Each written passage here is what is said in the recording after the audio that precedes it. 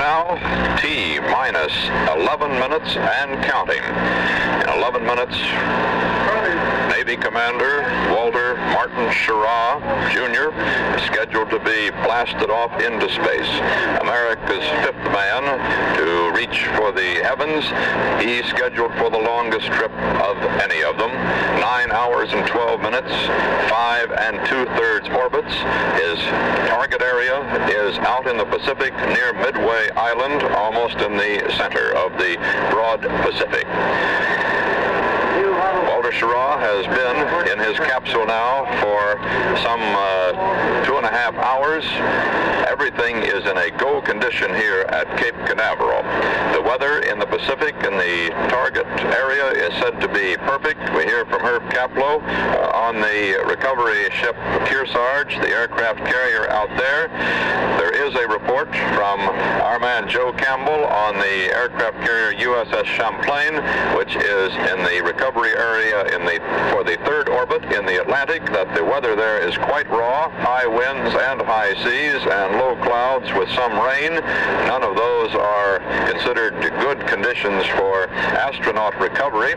However, we have not heard anything from Mercury Control to indicate that there is any concern on the part of the officials of this program regarding that weather at the third recovery area. Perhaps they are so confident that they will get into the fourth, fifth, and sixth orbits with Pacific recovery that they're not going to be concerned about that. That's not what they told us in advance. However, they said before that whatever the circumstances, they would not go unless the weather is good in all recovery areas.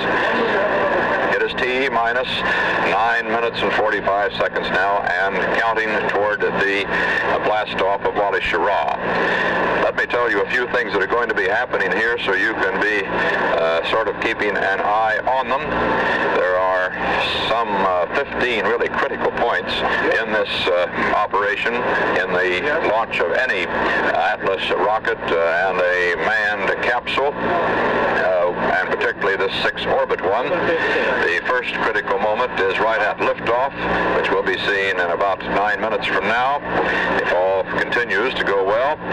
That critical moment comes as the Atlas booster is just 2 to 8 inches off the pad. The abort sensing system, which automatically ejects the pilot if anything goes wrong, is not operating in those few seconds, and that's of course a highly dangerous period. Then 45 seconds after the launch till 1 minute 12 seconds after the launch, a period of some 27 seconds there, the rocket and its capsule are going through what is called maximum stress, the heaviest vibration of the entire flight. If the vibration is going to be the cause of a serious malfunction, it would happen about then. Then the next critical point is 5 minutes after the flight, 5 to 5.5 minutes after, when the ground decision must be made as to whether the rocket has reached precisely its right altitude, its right velocity, some 17,500 miles an hour. Its flight angle is exactly precise to put it into the orbit which is demanded of it. 165-mile high perigee, which would be reached over the Indian Ocean approximately, and a 100-mile low apogee, or that's the perigee rather, the apogee is the high point, that would be reached somewhere over Texas, over just about, as a matter of fact, Houston, Texas, which the capsule passes over on the first 2 orbits, significantly enough, at its low point, almost as if dipping in salute to Mrs. Schirra and the children who are there at the astronauts' home in Houston and the Manned Flight Center there. Then at 1 minute and 26 seconds until 1 minute 28 seconds, there are the critical 2 minutes in which it must be decided whether that flight path has been established for a safe orbit or whether the astronaut should be returned immediately, whether the retro rocket should be fired. He should be slowed down and brought back. That's a 2-minute decision in there, and that's a critical moment. Another critical moment at 1:28, which is the firing time for the retro rockets. If he's to be brought back at the recovery area right near Bermuda. T-minus 7 and counting, as you see there, superimposed on your CBS News television screens over the picture of that 93 high rocket and its spacecraft and that 16-foot-high escape tower, which you see there at the top that looks like a radio antenna. That's the tower in which the rockets are placed, which would pull the capsule away from the rocket if anything should go wrong, and presumably fire the astronaut out into space, pull him actually out into an altitude where he'd be away from an exploding rocket. Another critical point would come 2 minutes and 58 seconds to 3 minutes. That's another 2 minutes to decide whether to fire the retro rockets for and second orbit return. That's 2 hours, 2 hours and 58 minutes, not 2 minutes and 58 seconds. 6 minutes and counting. 6 minutes to this launch. If we have no holds in this next 6 minutes, this is the nearest to an on-time departure we've had of a manned flight from Cape Canaveral. The second best was Carpenter's flight, which was MA7, the flight just before this one. We've got a brief glimpse there of the crowd in Grand Central Terminal in New York City watching the CBS News screen at this rush hour in New York, just as we're about to get Mr. Schirra off into space. Okay, give me what you will see when this rocket goes up, I will give you in a brief rundown in just a moment. We are expecting an announcement from Mercury Control, and here should be Colonel John Powers.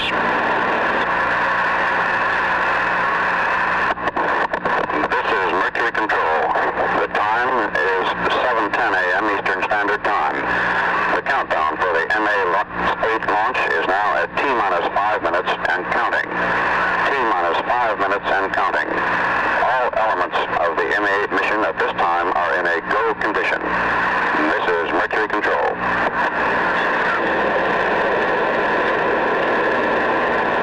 Is it? You heard that announcement from Colonel Shorty Powers, the Mercury program spokesman. I think he did. Project Mercury, as you know, is the name given to our first manned space flights, and will carry through the first 24-hour orbit, expected early next year, after which Project Mercury will be phased out. There may be 2 or 3 17-orbit flights of 24 hours duration, but then Mercury goes out and Project Apollo comes in. That's the program to get, Project Gemini, comes in. That's the project to get 2 men in a single capsule into space flight, and that is the next phase of America's step out to the moon, which may reach the moon by 1967 or 68. Certainly, President Kennedy has promised it in this decade, and the space people say they're going to meet that deadline. According to our clock here, it's 2.5 minutes to launch time.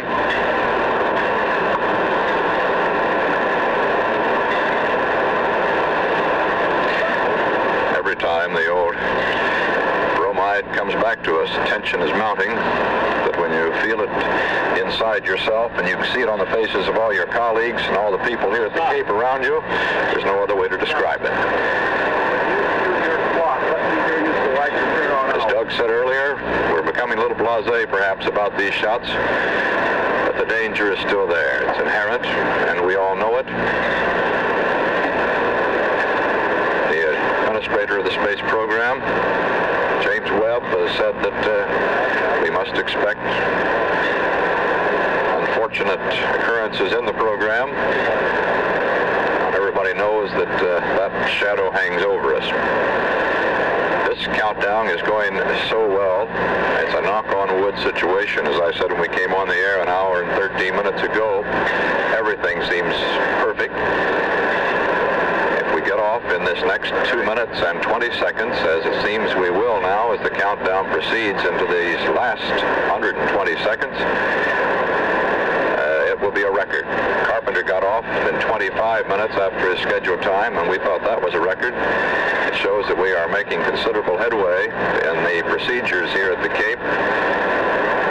Spent hours in his capsule and then was scrubbed the first time, and then hours again the second before he got off.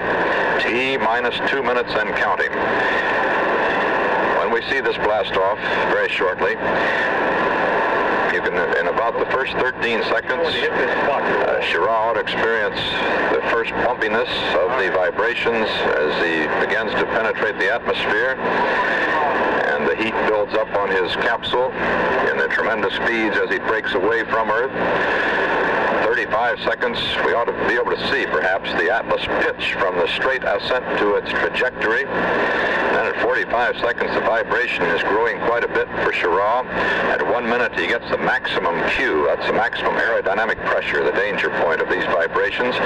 It's 1 minute and 15 seconds countdown now. At 1 minute and 12 seconds, he ought to be getting out of the vibration area, get some relief from that vibration. 1 minute and 26 seconds, he'll begin checking the cabin pressure that it's holding, and he's beginning to leave the atmosphere. It's 1 minute on the countdown now. The countdown is now 2 minutes, 57 seconds and counting. 55 seconds and counting. 45 seconds.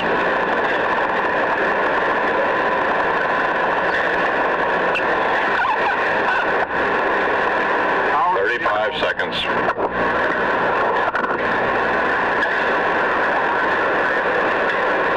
This is Mercury Control. The count is 2 minus 30 seconds and counting. We'll hear the countdown now and the first reports from Powers.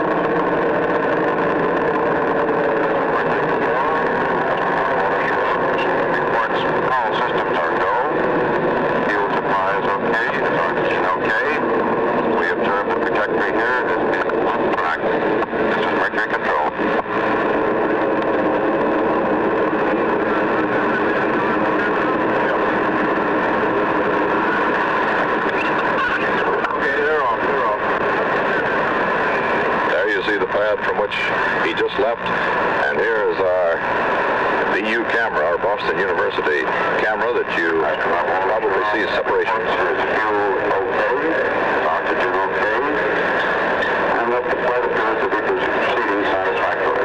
Our observations here at Mercury Control, 1 minute and 25 seconds of flight. All systems are go. The trajectory is A-okay at this time. Camera so powerful it can see a bowling ball at 100 miles, and with that rocket streaking toward its 17,500 mile speed, it's already approaching a point some 100 miles downrange, 150 miles downrange now from Cape Canaveral, and you can see it there so clearly. You probably can see the separation of the booster from the capsule.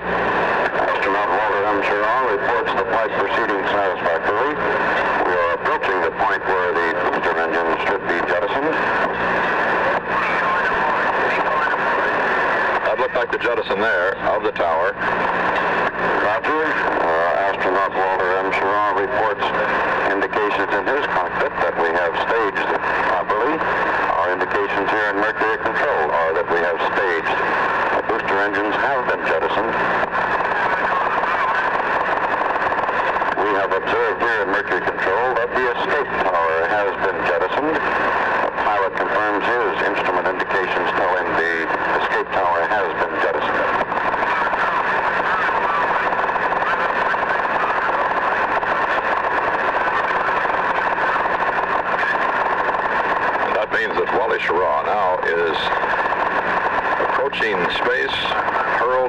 missile in his All indications here at Mercury Control tell us that the flight is proceeding satisfactorily. The trajectory is A-OK. Walter Schirra reports all systems on board are green and go.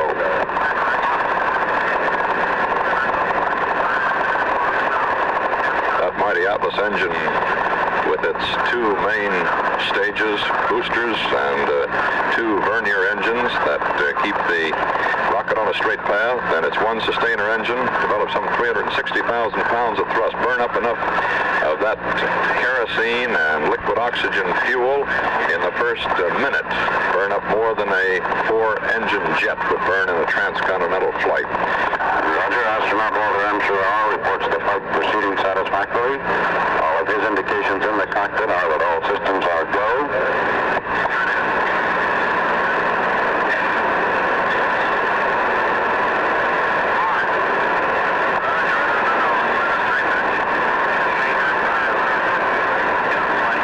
This is Mercury Control. Our Bermuda tracking station acquired telemetry and tracking signals at 18 minutes after the hour. This is Mercury Control. And now the sustainer engines and those vernier engines have cut off. The clamp ring has blown. The posigrade rockets have separated the craft. The Atlas is becoming a satellite. For perhaps 24 hours it will continue in space before it drops back into the atmosphere, drops behind the capsule at some 24 feet per second. Mercury Control. All of our indications here in the control center tell us that the Atlas launch vehicle is proceeding on its pre-planned trajectory. The velocity appears to be increasing satisfactorily. Astronaut Schirra reports all elements of his cockpit indications are in the green.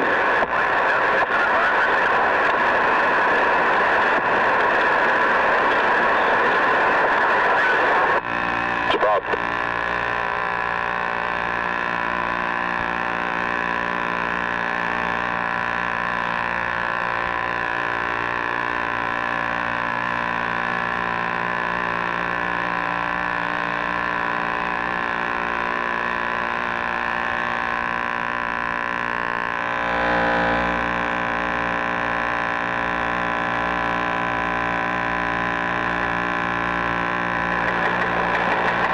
This is Douglas Edwards in New York. We, as of this moment, have lost our audio feed from Cape Canaveral. We expect to have it returned momentarily. But astronaut Walter Schirra, as you can see, has been airborne for 5 minutes and 52 seconds as of this moment. His flight will take him out past Bermuda. He's already passed that point, apparently. He will very shortly approach the west coast of Africa. Then the flight plan calls for him to move over Zanzibar, out into the Indian Ocean, next over the Malagasy Republic, Madagascar, then over Perth, Australia. Remember that John Glenn said fond greetings to the people of Perth during his flight when they turned on the lights for him. Perhaps Wally Schirra will get the same sort of greeting from Perth, Australia. And then the capsule will move over the Pacific toward the Mexican portion of the North American western coast. Everything so far, as we've heard it from Walter Cronkite at Cape Canaveral, has gone according to plan. And as he told you, this flight was the closest to schedule of any of those so far. 6 orbits, or 5 3/4 orbits to be more correct, is the plan for today, with the recovery area to be some 275 miles north of Midway Island in the Pacific. The rocket has separated. Schirra has the Atlas now in sight and in orbit. That capsule reports that he has control of his spacecraft using the fly-by-wire system, and to use his words, she's flying beautifully. This is Mercury Control. You heard Shorty Powers from the Cape saying that things are going very well. Schirra, in his Atlas capsule, moves across the Atlantic Ocean in the direction of Africa. At capsule aboard the Cygnus 7 spacecraft advises that he is sending the first blood pressure measurement so that we can record it on our telemetry receivers through our Bermuda tracking station. That again was Shorty Powers. Presume you heard a portion of what he said, that the blood pressure seems to be going as expected at this particular speed and this particular height. This is the first orbit of an intended 5 3/4 today. According to our time meter there, you can see he took off 8 minutes and 55 seconds ago. As we mentioned some time back, the astronauts' parents are in their home in San Diego today. They're watching the flight of their son on television. His mother said yesterday she wasn't worried at all. She said that she had acquired a great deal of confidence a few days ago. She didn't say exactly why. The astronaut's father said he's been supremely confident for some time now. The couple is watching today along with their son-in-law and daughter, Navy Commander and Mrs. John Burnham, and 2 neighbors are with them too, Mr. and Mrs. Jean Bowen. And I would think, having seen close-up a look at this capsule, which is now in orbit, that there would be a great deal of confidence inspired, because it is indeed a remarkable precision instrument. In just a moment, we should hear from Schirra himself, so let's hear. This will be a pre-taped recording made just a few moments ago. We'll listen for it.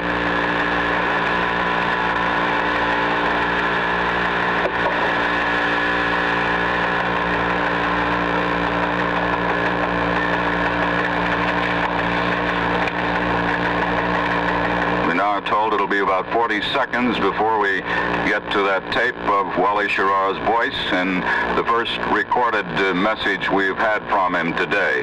Before that begins, the United States has told the Soviet Union it hoped the Russians would not explode high-altitude nuclear devices, which might hamper the astronauts' rocket ride. When 2 Russian spacemen were orbited in August, the Soviet government were notified of Washington. Control. The time here at Cape Canaveral is 7:26 a.m. Eastern Standard Time. We are 10 minutes and 57 seconds into the MA-8 flight. Pilot astronaut Walter M. Schirra aboard the Cygnus 7 spacecraft has passed on beyond our communications range of the Bermuda tracking station. We are not now receiving direct voice broadcasts from him. At last report, Schirra was feeling fine. He was manually controlling the attitude of the spacecraft using his fly-by-wire system.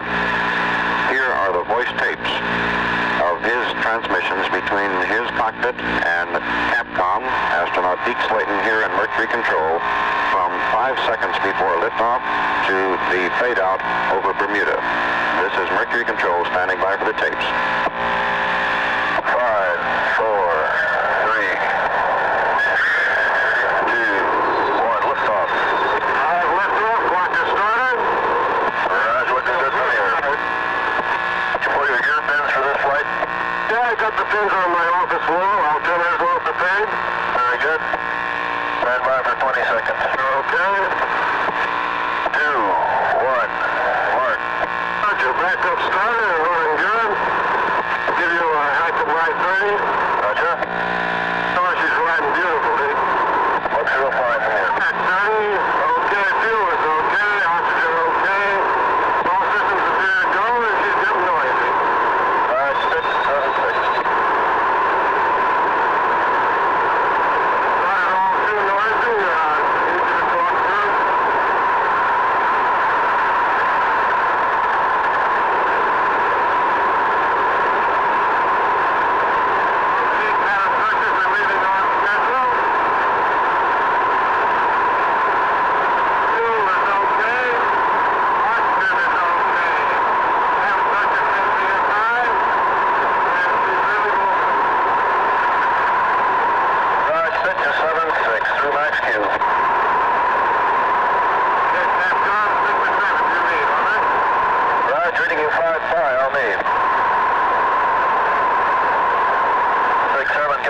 how do you read?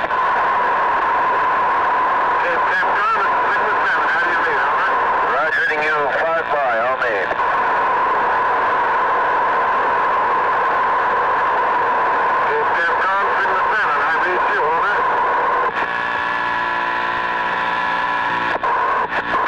Capcom, how do you read now? I read, Fluid Disney in the blind. She's building. Alright, how do you read now, Wally? That reads beautiful. Okay, you had your transmitter key, that's all we couldn't read. Hold it on, I'll push the door up now. Roger. Stand by for staging. I have a detail. Oh, I can see the flash. Staging. Roger, staging. Standing by for tower. Fuel looks good. Oxygen looks good. Alright, sorry, we're fine. Okay, I'm gonna push the torque and the sun's coming in the window now. Okay, there goes the tower. Roger. Order Richard shut off. That tower really is a flying hour. Right, it should be about -10. Roger, about -5. The cattle push is holding very well at right at 6 psi. Roger. And we'll give it an electrical check now. Okay.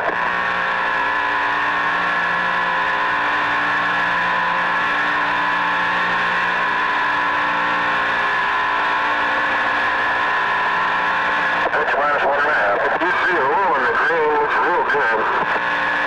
Roger.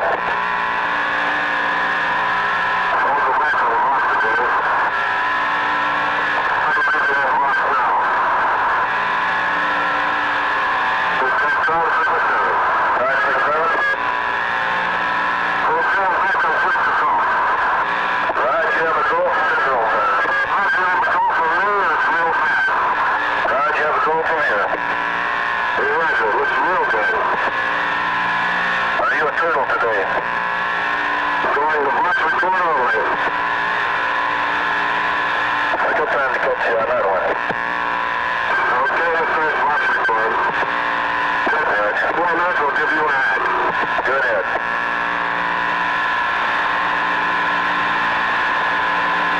Mark. Raj, right on the nose, -3 pitch. Okay, and I've got good fuel from 101.95.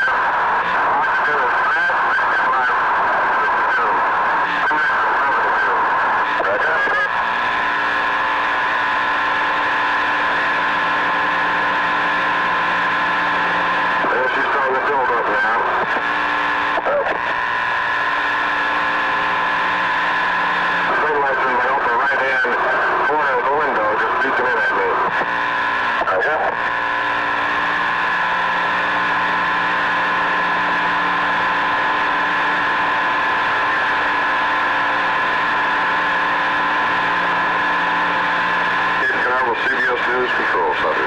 How's the view over VR? I get 0.8 view over VR. Good show.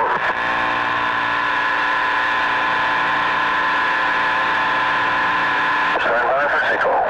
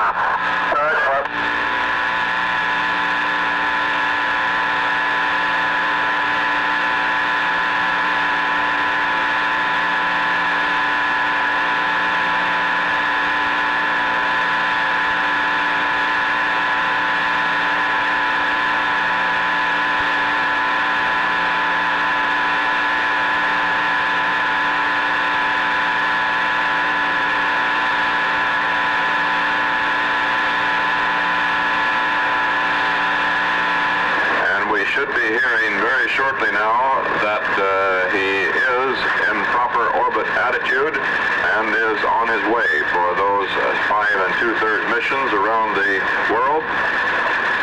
That decision has been made at Bermuda, but it has not been announced to us here as yet, because the decision must be made around 15 minutes after launch, and it's now 18 minutes after launch, as you see there. It's the capsule should be about 100 miles high over Bermuda. The speed has to be within 25 to 50 miles an hour of 17,500 miles an hour, and now it's about 500 miles downrange, just a little past Bermuda. Right. If all of those very thin tolerances are met, then the capsule is given the go-ahead. That should have happened about 3 minutes ago, actually. Is given the go-ahead. Otherwise, it would be brought back right away. Schirra would be ordered to fire his retro rockets to slow his craft down enough so it would come back into the atmosphere, or that signal could be given from the ground if it was felt that was necessary. However, from all we know, that has not happened, and Schirra is still in his orbited flight, and things are going well. Actually, in the Glen flight, the announcement from Capcom here at Cape Canaveral relayed through Bermuda and the Canary Islands to the astronaut, in that case Glenn, didn't come to him until 30 minutes after launch, that he had a 7-orbit capability and was go for his scheduled 3-orbit mission. So there still could be another 10 minutes of waiting for that go signal. It was a beautiful blast-off, as you saw from the Cape here. We, of course, have no way of telling from here that the trajectory and the speed were precisely right for the orbit. But as far as the appearance of the flight from here went, it was a perfect one.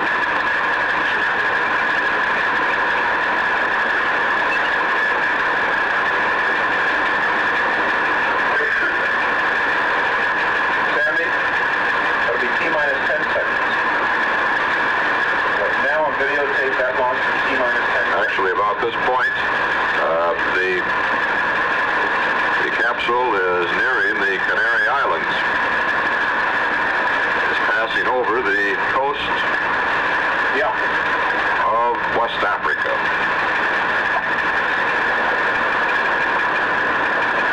Schirra, some 10 minutes ago, pitched the front of his capsule down some 50 degrees so he could watch the Atlas booster drift away beyond him there to the back. It'll be some 24 miles behind him and somewhat below him as he comes around after the first orbit in an hour and a half.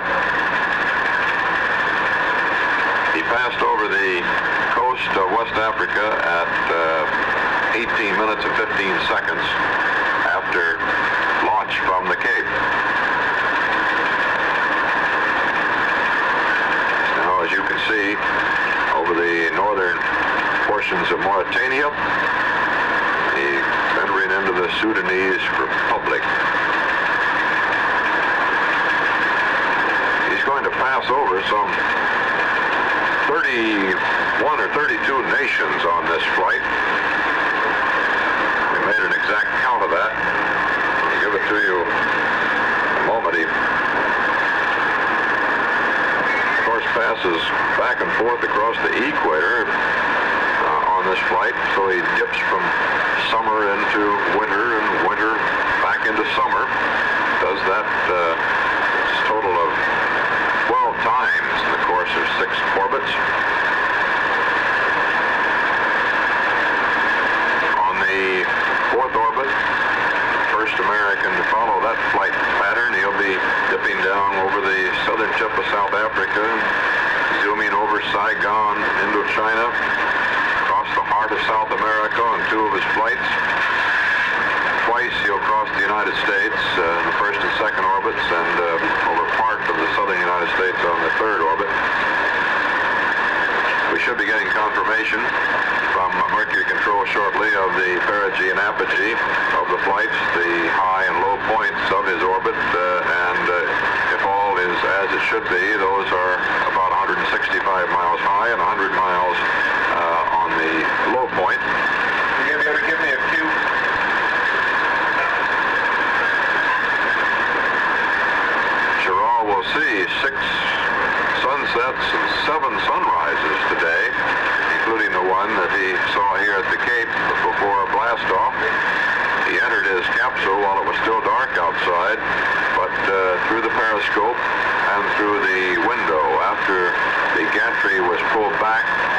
could see that first sunrise, and he'll be seeing 6 more of them before this day is over. He's going to fly over, as I think I said, 32 nations on this 155,000-mile flight.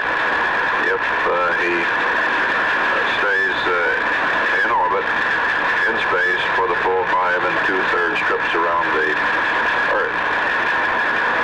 Point out again, he can be brought back at any time.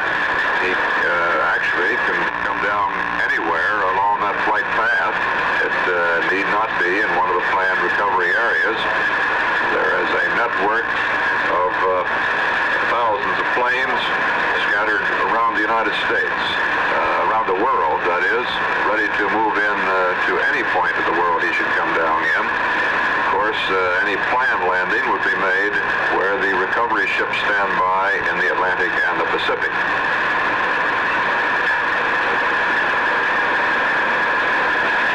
It's now 24 minutes and a half since he took off. He's contacted the Kano station in Africa. According to plan, he has. No confirmation of that here at Cape Canaveral. Since we're not told that he is not contacted it, we can assume that all is going well.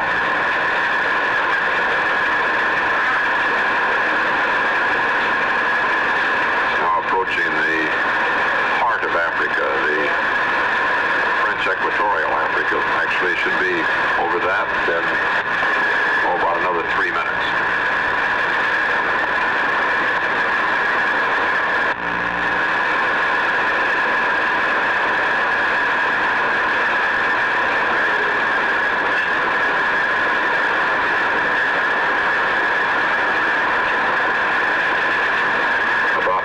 This flight some 25 minutes old. The Kano Nigerian station, Kano, it's pronounced in Nigeria, but it has become popular in Project Mercury among the astronauts and the tracking stations refer to it as Kano, so we'll adopt that pronunciation.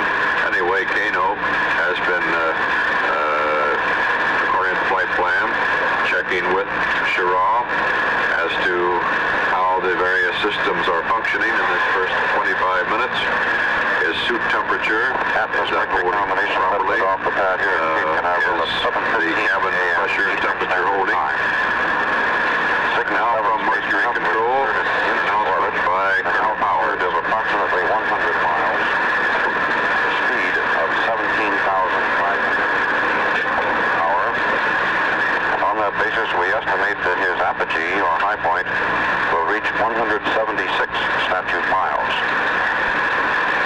The period of his orbit is estimated at 89 minutes, and the orbit is inclined above the equator at 32½ degrees.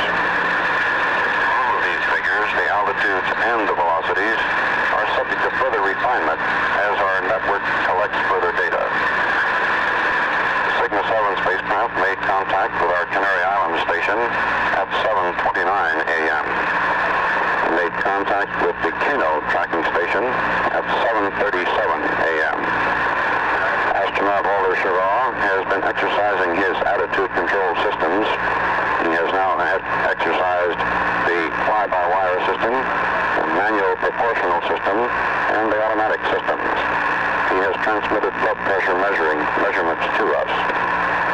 He is talking to the Kano tracking station at this time and is discussing the procedure whereby he controls the temperature in his cabin and in his suit.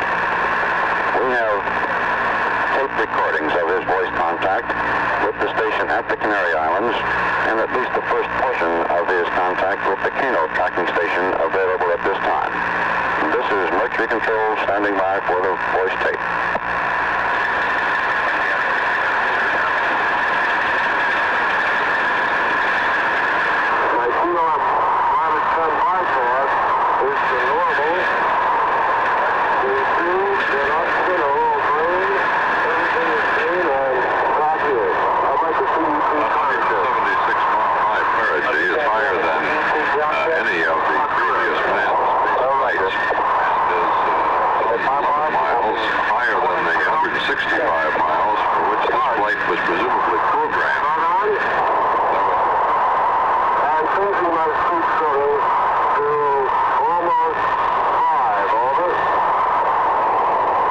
and changing crew settings to number 5.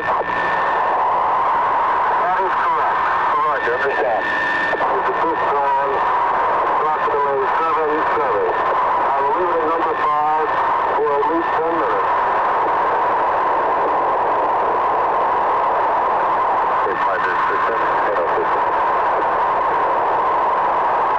Just leave it on air to ground, please. Okay.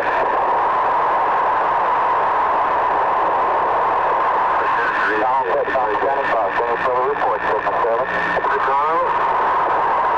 You got good weather down there. That's the farm.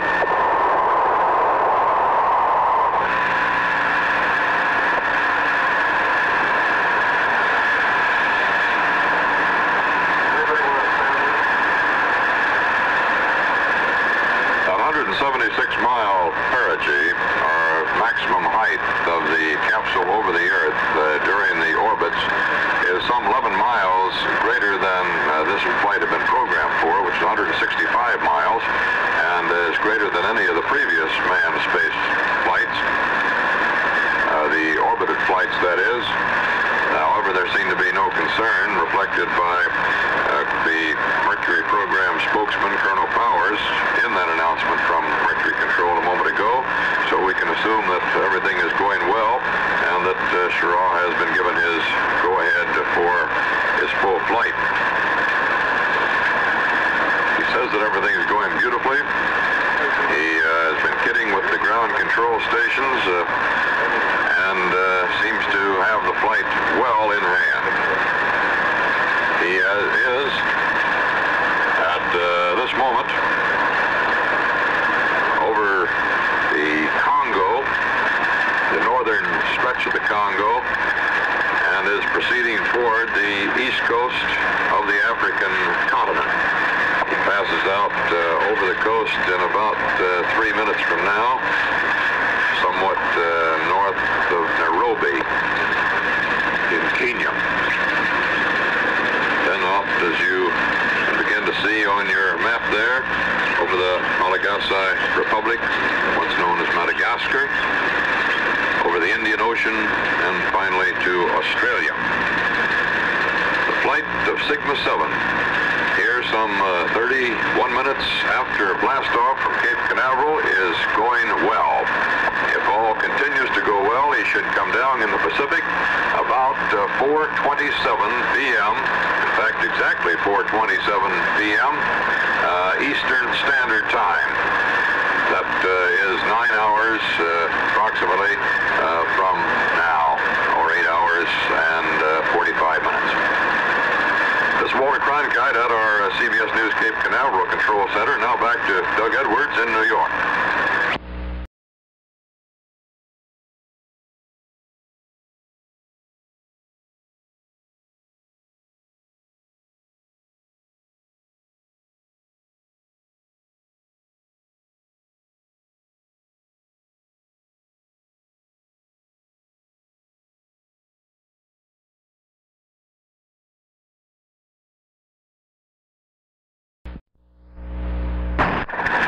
That was a 1 million candle power flare, or series of flares, set off at Woomera, which is in the south-central portion of Australia and is a base for the Australian rocket range. It's in the Australian desert scrub country, but there they were setting off these flares to see if Schirra could see them from his height of some 165 or 70 miles over Woomera. If he could see those flares, it might give us a clue as to what kind of guidance system could be used on the ground for future manned space flights in which the pilot will have a control over the craft and can land at his own choice and perhaps at his own location. We're told that an announcement is coming now from Mercury Control, and here's Colonel Powers.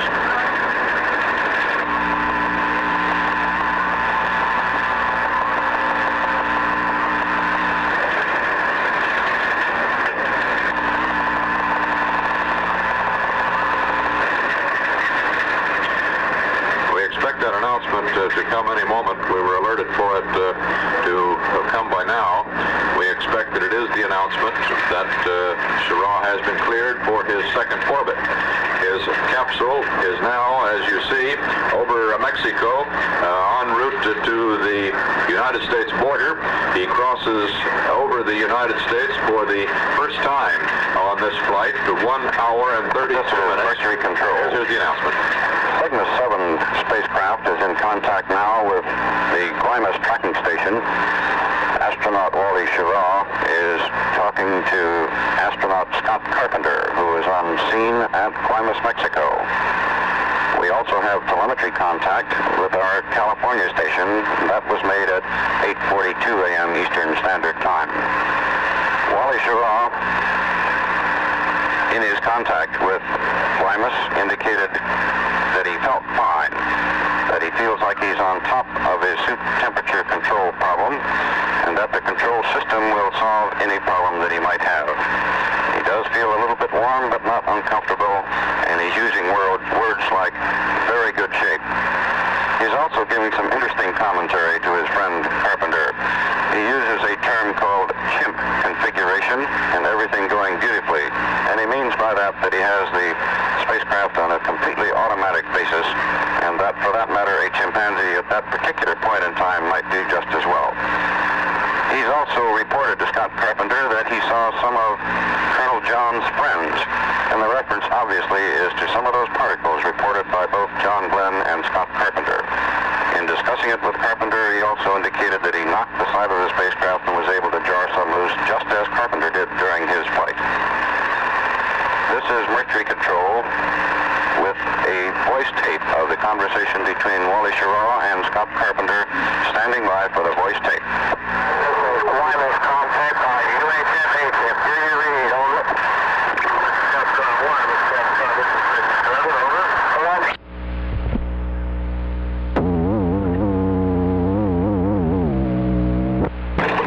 Well, now let's go to Mercury Control Headquarters at Cape Canaveral and Walter Cronkite. Down here at our CBS Control Center, Doug, we just learned, about 5 minutes ago now, just about the time you came on the air, that there will be no retro fire on this second orbit. In other words, Walter Schirra is cleared for a third orbit and is well on his way. As a matter of fact, at this moment, at 3 hours and 5 minutes after his flight began, he is now just a little bit past El Paso, Texas on his flight. He passed over there about 45 seconds ago.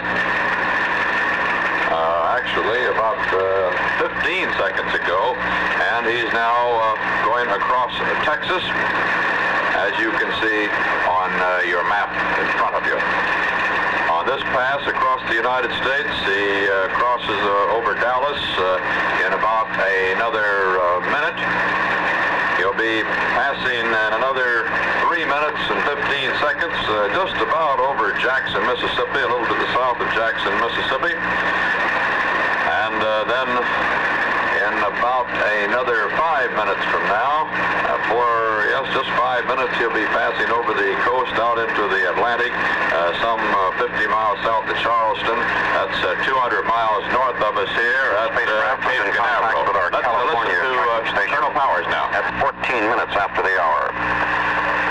During the contact between astronaut Schirra and astronaut John Glenn, who is the controller at the California station, Schirra advised that he had a delightful report for John Glenn. Quote, "I too see fireflies," unquote. He discussed the entire situation with Glenn, and they both agreed that they had a very satisfactory condition aloft. Glenn advised Schirra that he had a go condition for the next orbit, that is, for the continuation of the mission on into the third orbit. A little later on, Schirra indicated and reflected a little bit with John Glenn that it certainly was hard to describe the situation up there, and he used words like a real thrill. He was observing and reporting on the terrain features as he passed over Lower California. He was in contact with Guaymas, Mexico at 19 minutes after the hour, and is now in contact with astronaut Scott Carpenter, who is in place in Guaymas, Mexico. He made contact with our Texas tracking station at 20 minutes after the hour. We now have the voice tape recording of the exchange between astronaut Wally Schirra in the Cygnus 7 and astronaut John Glenn on the ground in California. This is Mercury Control standing by for the voice tape.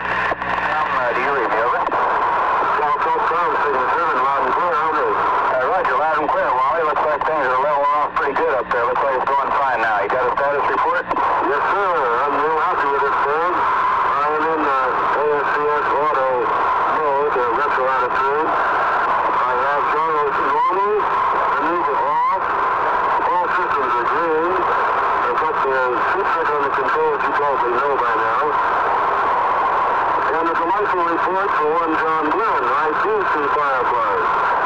Good boy.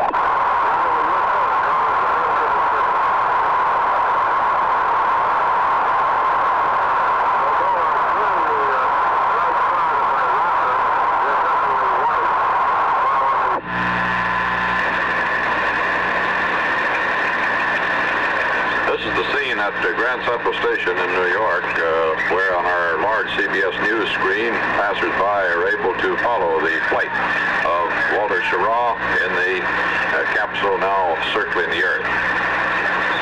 He's just about to pass over in another 1 minute and 45 seconds the east coast of the United States, well on his way on this third orbit.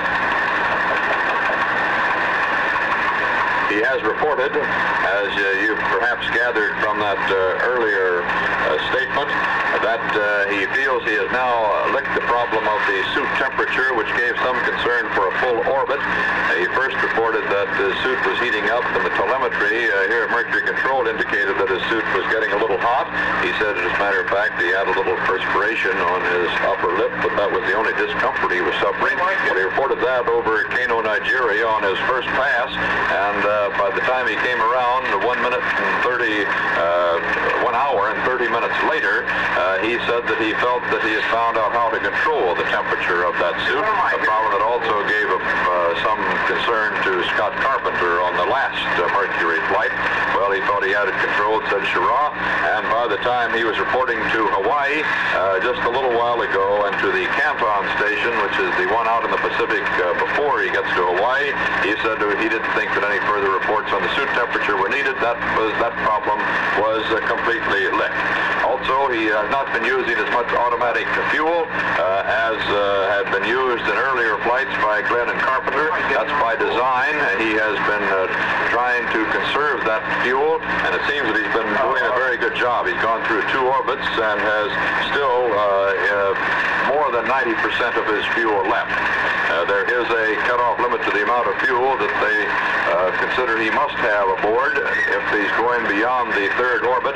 It looks like he's going to be well within those limits when he comes around in another hour and 15 minutes and has to make a decision on retrofire. We're going to go back now from our Cape Canaveral Control Center here, where I, Walter Cronkite, am reporting, to Doug Edwards in New York.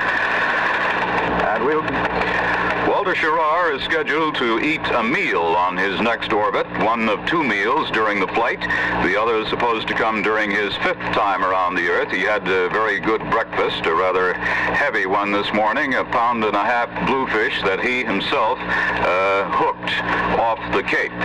Schirra's 3rd orbit is scheduled to take him still further south over the Atlantic than the first 2 times around the Earth this morning.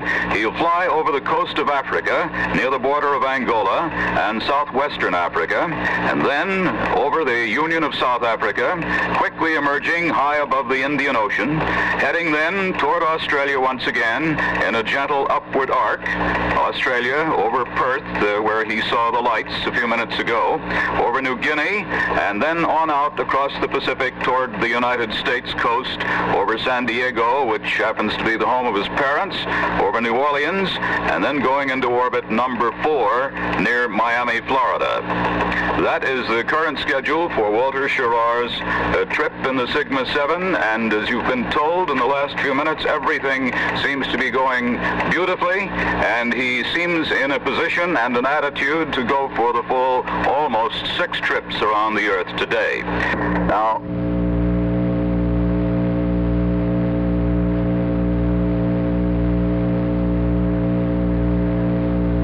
from New York on the flight of astronaut Wally Schirra, who has just passed El Paso, Texas, and is approaching Pecos on his 3rd orbit. Everything appears perfect for his full mission.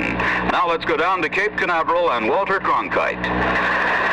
Yes, Doug, Wally Schirra, the 39-year-old Navy commander, one of the original 7 astronauts, and the 5th of ours to go into space, the 3rd on an orbited flight, is just about to set a record for American manned space flight.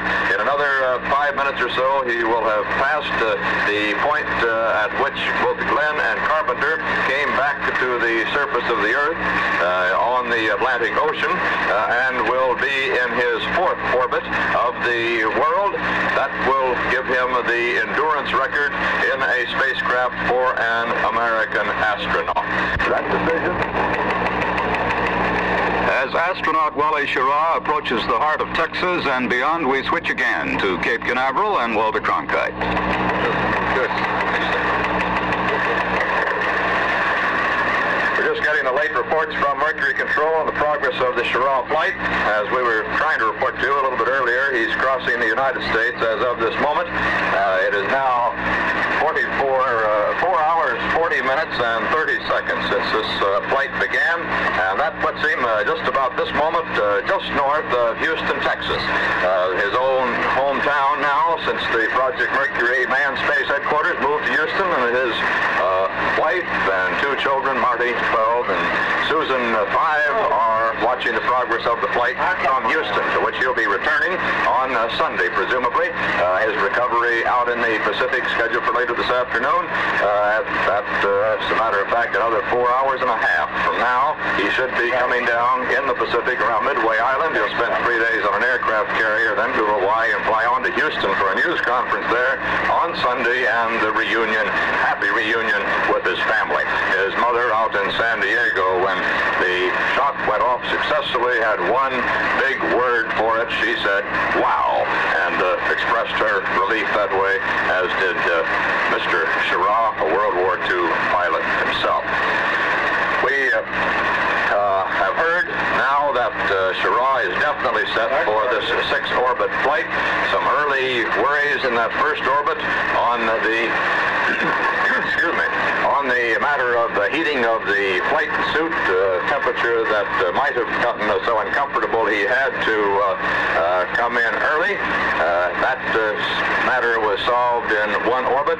He's had a very successful experiment with flying without any controls at all, simply drifting in flight.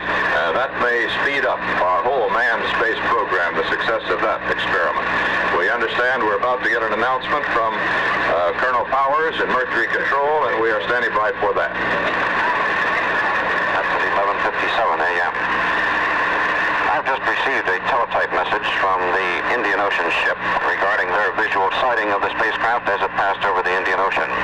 The message reads, spacecraft was sighted visually at approximately 10:57 Eastern Standard Time at 270 degrees bearing true by Captain Dane and Duty Officer Yates. Time and bearing of the spacecraft sightings confirmed by the acquisition aids and the antenna tract of same. No doubt about sighting. Astronaut Wally Schirra is now in voice contact with Capcom Deke Slayton, and we are prepared to give you the voice transaction between Schirra and astronaut John Glenn at California at this time. This is Mercury Control standing by for the voice tape. Roger, standing by for your report. Roger. I am in ASDS, Moto, at this time, with the entry altitude. The trials are normal, maneuver is off. All systems are green. Auto fuel is 890. Manual is 0. Temperatures at this point are very comfortable. We're shooting at a 16. The dome is 690. I believe I'm all set to power down. Over. All right, that's next on our flight plan here. You're all set to power down if you will concur. And I'd like to check your clock setting. What do you have reading on the clock there? Over. 1200 mark at 30 seconds. Negative. Your ECTRS, your captain, you're setting it for a retro sequence. Over. 08 hours for 50 plus 21. All right, Roger. Thank you.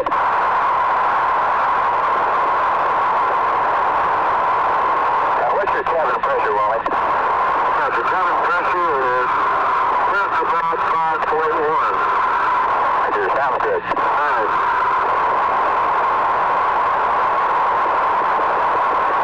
What's time for that one for this orbit is there, John? Hey, what? Say again, please. Wasn't much time to let us coming down this time, was there? You're right. Sorry, I couldn't get back to Hawaii for you this way. Yeah. I'll see you out there, I guess. Hawaii? Yeah, right. good at the end of 6. Do you have any comment with regard to relative motion of the particles that you saw? Did you see any of them moving past, or did you see any of them coming toward you if you were facing in the direction of flight? Over. I never had the direct opportunity of them coming toward me, John, but they definitely were going away from me. I could get a big blast of them, either green fireflies or white ice crystals, by wrapping on the capsule almost any time. All right, if you happen to have a chance at sunrise anytime between now and end of flight, you might see whether you can see any coming toward you during that period also. Roger, you can. Okay, I'm going to shove off now. Get it? Good show. I understand you're going to power down. Roger, Tom. Give you a readout on so you can watch it. Roger. Find the 501. Roger. Find the gyro's cage. Roger. More of the checks of the system in the capsule, preparations for further flight and for bringing the capsule down if that should be necessary at any time.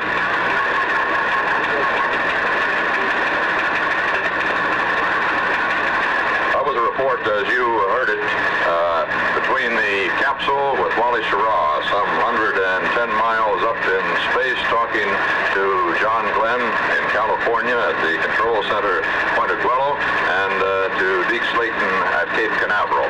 That was just a moment ago by tape.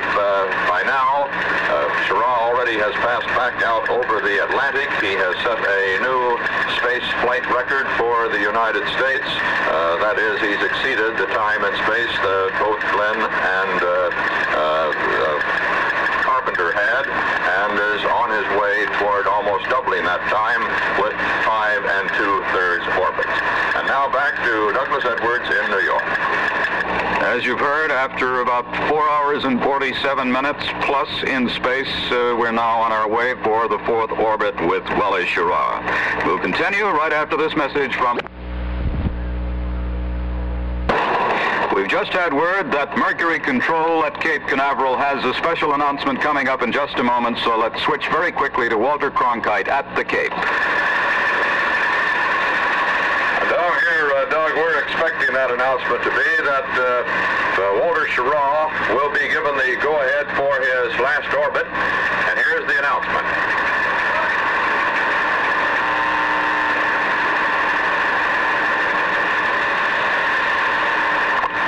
This is Mercury Control. It's 2:31 p.m. Eastern Standard Time here at Cape Canaveral, and the Cygnus 7 flight is continuing very satisfactorily. Our Indian Ocean tracking ship acquired telemetry signals from the spacecraft at 3 minutes after the last hour. They attempted voice contact, but it was very ragged and very irregular. Cygnus 7, now flying, having flown across the Indian Ocean and out toward the Pacific, is heading up in the immediate vicinity of the Pacific Command ship. As of the last reports from the Indian Ocean ship, based on their telemetry reception, all systems were reported as green and the flight progressing satisfactorily. As of this time, here in Mercury Control, we have made the decision to build on into the 6th orbit. We are trying now to establish voice communications with the Pacific Command ship, but are encountering some communications difficulty. Again, Cygnus 7 with Walter Schirra at the controls, flying up across the Pacific Ocean at this time, now should be in contact with the Pacific Command ship, the Rose Knott, and Alan Shepard, who is aboard that ship. When we get our communications established, if we do, we will report the results of his contact. This is Mercury Control. And right now, Schirra should be just at the position of the retrofire if he were to be returned at this orbit. However, he is to go for one more orbit before the retrofire is to be fired to complete the scheduled 5 2/3 mission. As you heard from the astronaut spokesman, Mr. Powers, Colonel Powers in Mercury Control, just now, they see no reason to terminate the mission at the end of this orbit, and he will go on into his last orbit, apparently. That's beginning just at this time. 10 minutes until he is actually over. The recovery ship that is in the first recovery area, that is the prime recovery area, the Kearsarge, that's 275 miles northeast of Midway and some 1,300 miles northwest of Honolulu. It is not unusual to lose communications in the part of the world over which Schirra is passing right now. This is an area over which our astronauts have not passed previously. He is now just a little bit south of Manila, about 200 miles south of Manila. He was at that point 4 minutes ago and is now zoomed on out over the Pacific. He's been over Borneo in the last few minutes and over Sumatra. We'll come back in just a moment to see what communications luck they're having out in the Pacific after we return to New York and Doug Edwards. Navy Commander Walter Schirra has passed over the Philippines on his 5th orbit of the Earth today, apparently worry-free and quite happy, once even shouting out hallelujah when he got the word that he was going to go for almost 6. He said he feels like drifting and dreaming, but he's been too busy to dream. The orbit has taken him over sections of South America none of our astronauts have ever passed over. But now back to Cape Canaveral and Walter Cronkite.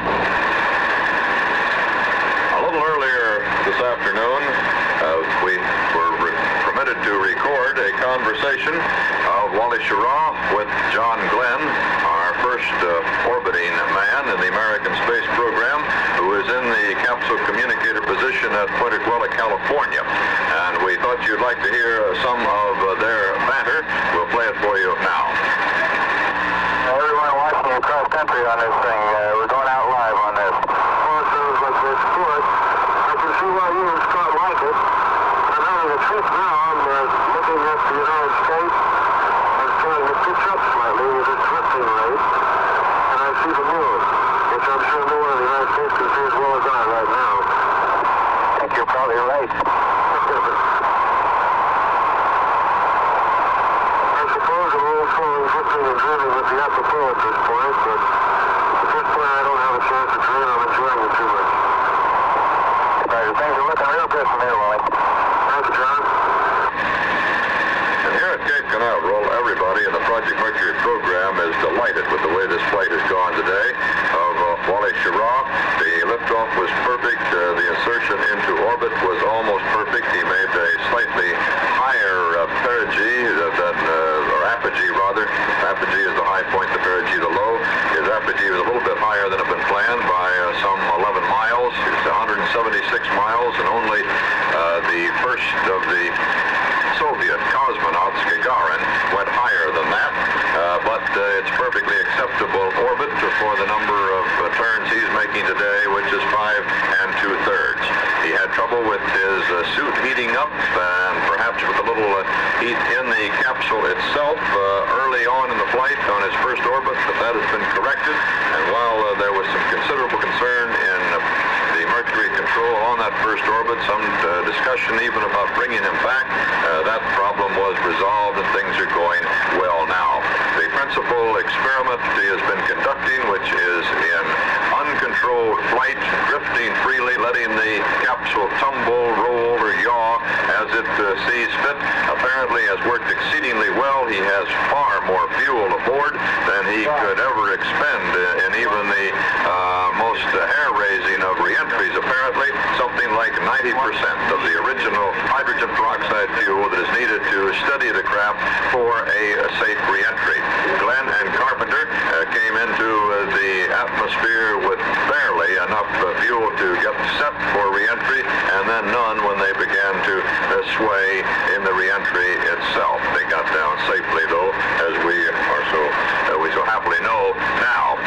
Now, of course, comes the most dangerous part, or certainly one of the most dangerous parts of the flight, the reentry for Walter Martin Schirra. He will be coming back to Earth in just 1 hour and 45 minutes from now. He should be impacting in the Pacific Ocean. The retrofire would come in 1 hour and 25 minutes from now. He is just passing south of Japan. on his way out into the Pacific, where in another 10 minutes, 5 minutes from now, actually, he should be picked up by the Pacific Ocean Recovery Ship, the prime ship, the Kearsarge, an aircraft carrier, which is deployed and standing by for his return. That's the report from Cape Canaveral. This is Walter Cronkite, turning you back now to Doug Edwards in New York. Right, Walter, it appears that some people in the Soviet Union saw pictures of the launching of Schirra today. The pictures transmitted via Telestar. Many of you perhaps saw some of that transmission, and then sent out over Eurovision and Intervision networks. But no scene of the launch were seen in Moscow. The Soviet people are quite accustomed to this sort of a mission. They've never seen any live pictures of any of their own successful space shots. Still, Russian Foreign Minister Andrei Gromyko had some nice words about the flight. He said it was very good and that he hoped it would be a success. The Russian newspaper Izvestia devoted a great deal of space today to another space achievement. This happens to be the 5th anniversary of the launching of the Soviet Union's first Sputnik satellite. We'll continue our coverage of the flight of Sigma 7 after this message from the Metropolitan Life Insurance Company.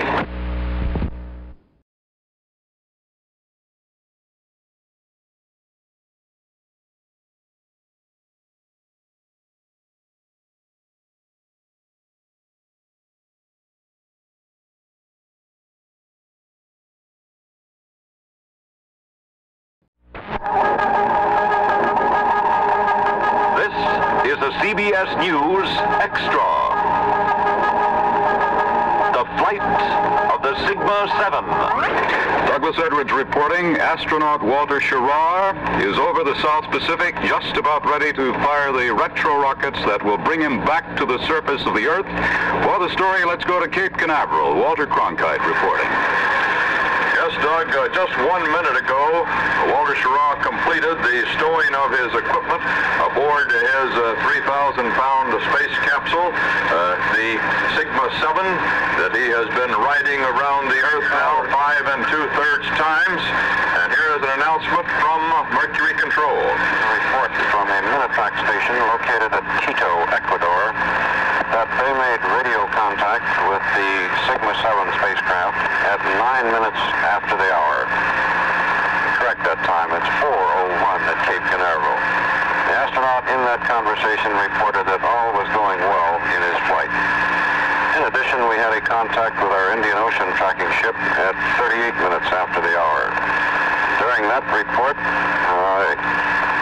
astronaut Schirra advised the controller on the ship that he had completed his retro sequence checklist, that is, his preparations for the retro fire operation. He indicated that he had not observed the light at Durban, Africa, because of cloud cover, and then further advised the Indian Ocean ship that his fuel supply was 80% in both the automatic and manual systems, demonstrating continued good management of that attitude control system. The concluding comment of our controller on the Indian Ocean ship was that everything looks good at this time. This is Mercury Control with the Sigma 7 spacecraft now approaching the Pacific Command ship. We expect contact within a matter of a few minutes, and at that time we'll begin the final preparations for retro rocket firing. This is Mercury Control. Astronaut Schirra passed over the Philippines just a minute ago. In another minute and 40 seconds, he should begin to announce that he is ready for the retrofire countdown. That retrofire, by a new time that was calculated by this maze of computers to bring him down right on his target ships out in the Pacific, is now 5 minutes and 46 seconds after the hour. 4:05:46 Eastern Standard Time. That is now about 2 minutes and a half from now. When that retrofire sequence begins, at that time, a couple of minutes from now, the retro rockets will fire in a sequence of 3, about 2 seconds each. They will break the rocket enough to drop it out of its orbit, but slowly. It'll come down on a long parabolic path, eventually ending up several hundred miles on along the Pacific at a point 1,300 miles northwest of the Hawaiian Islands, some 275 miles northeast of Midway. At that point, there is a recovery force of 4 ships standing by, an aircraft carrier, the ksc, with a lot of aircraft aboard, including helicopters and search aircraft. There are 3 destroyers spread along a wide area of the Pacific Ocean there, waiting for the arrival of astronaut Schirra. There are, in addition, several land-based aircraft of the Air Force in the area. Some of these primarily for the purpose of providing communications so that Schirra will not be out of contact as Carpenter was, giving all of us a slight case of heart failure during that Carpenter flight. It is hoped that there will be no such repetition in this case. The Rose Knot is the command ship that will give the countdown to Commander Schirra. Alan Shepard is aboard the Rose Knot. The Rose Knot is not in the precise center, however, of the recovery area, although she is in the command area. The ksc, the aircraft carrier, is the ship in the center of the target. A target that is being approached now, apparently right on the plan by astronaut Schirra after 5 2/3 orbits of the Earth. We are going to stay on the air now here at CBS News from our Cape Canaveral Control Center and our Control Center in New York until Wally Schirra has been recovered from the Pacific landing spot. That retro fire time should be coming in just about 15 seconds from now. There is no assurance that we will be given any sort of countdown here unless we get it from Colonel Powers in Mercury Control, which is here a few hundred yards away from our trailer. But it depends on whether they get instant communications back here at Mercury Control that retro fire has begun. This is one of the difficulties with the specific landing situation is the long line of communications, but we are hoping that we do get it. That retro fire time should have come now, just 15 seconds ago. We have not heard the word yet. Now we are expecting a word from Mercury Control, I'm told. Let's listen in.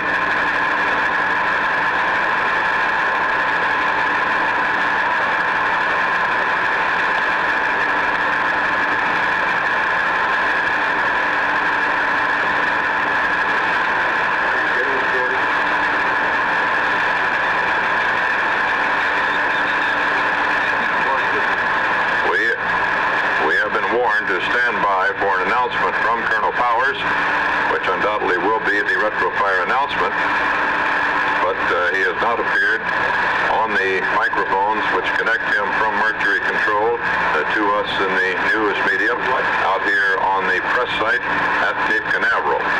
Walter, the weather is good at the recovery area. Direct contact with Colonel Powers during these shoots. He is locked with the people who control the chute in Mercury Control and communicates to us when and if he can. We're expecting him now, any second now. Here comes the announcement.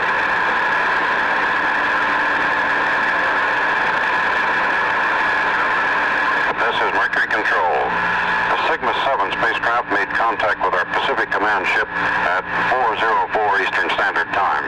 They've been in voice contact with astronaut Alan Shepard on board the ship. They ran through the retro sequence preparations beginning at 6 minutes after the hour. They counted down for the firing of the retro rockets, and the first retro rocket fired at 07 minutes after the hour. We have now confirmed retro rocket firing both on board and with telemetry on the ship and back here. The retro rockets have fired. The attitude of the spacecraft at the time of the firing appeared to be very satisfactory. This is Mercury Control. Well, that's an interesting announcement in view of the retro retro fire time we had been given earlier. We had been told originally through calculations in the advanced planning of this flight and throughout most of the day after the original calculations, once the Sigma 7 was in orbit, that the retro fire time would be 4 o'clock, 6 minutes and 21 seconds after 4 o'clock. Just a moment. Pod has been jettisoned from the front heat shield of the spacecraft. This is confirmed both by the astronaut aboard the spacecraft and by telemetry on the ship on the sea. This is Mercury Control. The re-entry phase seems to be going well, but we are puzzled as to why the retro fire did not come until 4:07, which would be 1 minute and 15 or 14 seconds after the amended time we had. We have confirmation now that the periscope aboard the Sigma 7 spacecraft has been retracted, both by onboard observation and by telemetry on board the Rose Knot, the Pacific Command ship. We also have confirmation that the spacecraft is now in its proper re-entry attitude. This is Mercury Control. These sequences seem to be coming much faster than were programmed for the flight after the 4:07 time given for retrofire, and it's just conceivable that that retrofire time was a minute slow for some reason or other. If that were the case and the retro package actually fired a minute and 15 seconds or so slow, it would extend the length of the flight for Wally Schirra and put him down beyond his recovery ships, even as we had in the case of Carpenter. However, that's pure speculation by the part of this reporter. We have not been given any facts from Mercury Control to indicate that that is the case. Perhaps there had been a change to make the retrofire time 4:07, as it has been announced now by Colonel Powers, and not 4:05:46 as we had it earlier. Everything else seems to be going perfectly fine. The retro package has been jettisoned. That's the big package at the nose of the spacecraft, which has the retro rockets in it. Once those rockets have been fired, that part of the ship is blown away and leaves the neck of the spacecraft itself free to deploy the parachutes by which the craft will be lowered gently, it is hoped, into the water. The proper re-entry attitude that was referred to a moment ago by Colonel Powers is the attitude of the blunt side, the heat shield, the ablation shield of the spacecraft facing forward, so that as the speed of the spacecraft drops off and the spacecraft arc becomes sharper and sharper to a perpendicular drop, it retains that attitude and the heat shield is against the considerable drag of the atmosphere as the spacecraft re-enters at its tremendous speed of 17,500 miles an hour. That was its initial speed. Actually, it has been slowed now to something less than half of that as it begins its re-entry. The critical period for re-entry will come at about 4:15, about another 3 minutes from now, when the maximum heat is reached of the atmosphere. This is Mercury Control. We have just received a briefing from astronaut Alan Shepard aboard the Rose Knot, the Pacific Command ship. He reconfirmed the timing of the firing of the retro rockets. The first retro rocket fired at 07 minutes after the hour plus 11 seconds. This is approximately 2 seconds later than planned. All three retro rockets did fire. We got confirmation both from onboard indications and from our telemetry on the ship. The retro rocket pack has been jettisoned. The periscope has been retracted. And Alan Shepard read off the numbers to us regarding the attitude of the Sigma 7.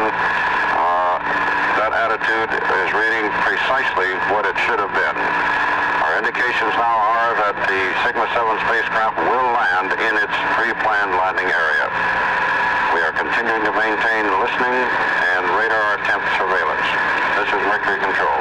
That's the best, the most wonderful news we've had since we saw that rocket disappear on its course and heard that the orbit attitude had been achieved some 9 hours ago, some 8 hours and 58 minutes ago to be exact.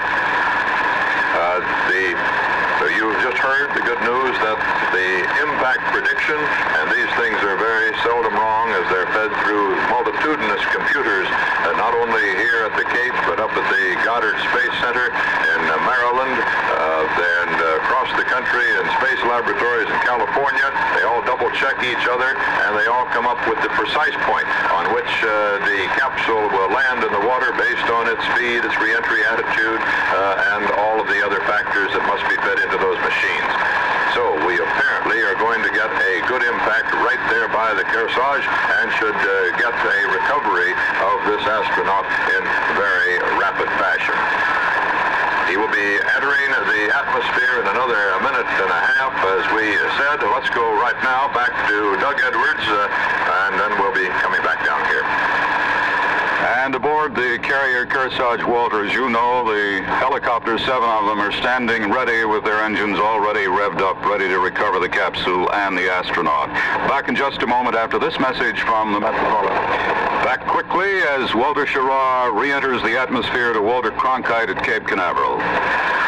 Right, Doug, he's just approaching that maximum heat, some 3,000 degrees, 5 times the heat of the sun on Earth, some 3,000 degrees, just 3 feet from his back in that fiberglass couch, which helps protect him from that tremendous heat that is also he's shielded from by the ablation, the melting plastic heat shield. He should be hitting that heat period now in just about 1 minute. And let's go now out to the Kearsarge on the Pacific. Herb Kaplow reporting.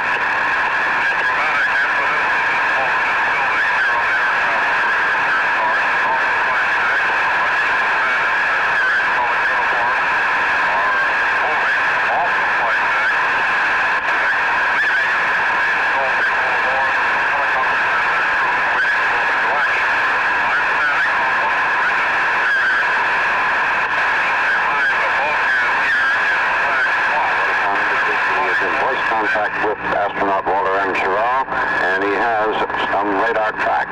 He appears to be right on his track, and the forecast is that he will land very close to the aircraft carrier Kearsarge.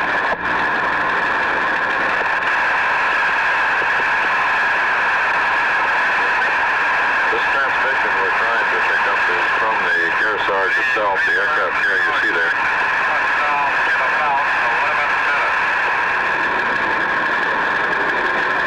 Kaplow on the Kearsarge is predicting the impact in 11 minutes now. And that seems about right from all of our calculations here. The blackout period should have begun now, just a moment ago. That moment when the ionization around the rapidly descending and for all practical purposes Water tower meteor in the recovery area is tracking the Sigma 7 spacecraft. Have voice communications with the astronaut on board, and they are predicting that his landing will occur very close to the carrier Kearsarge. This is Mercury Control. Well, Colonel Powers is reporting here a minute and a half after the blackout period was supposed to have begun that they still have voice contact with the astronaut. Perhaps the blackout period has not been reached under the rather newly amended timetable of re-entry, one that we had not been provided earlier,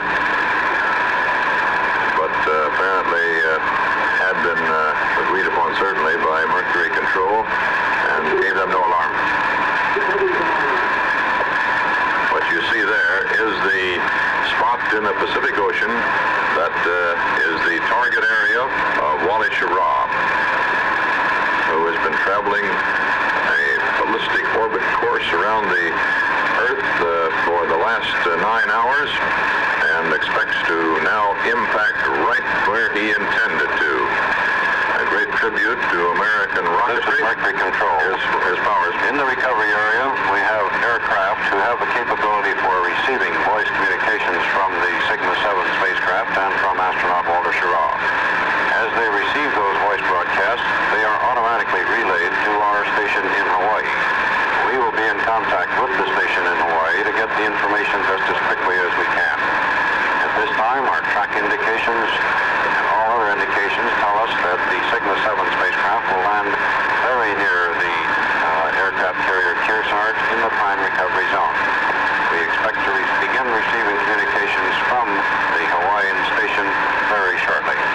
This is Mercury Control. blackout period is now on at 4:22, in just 3 minutes from now.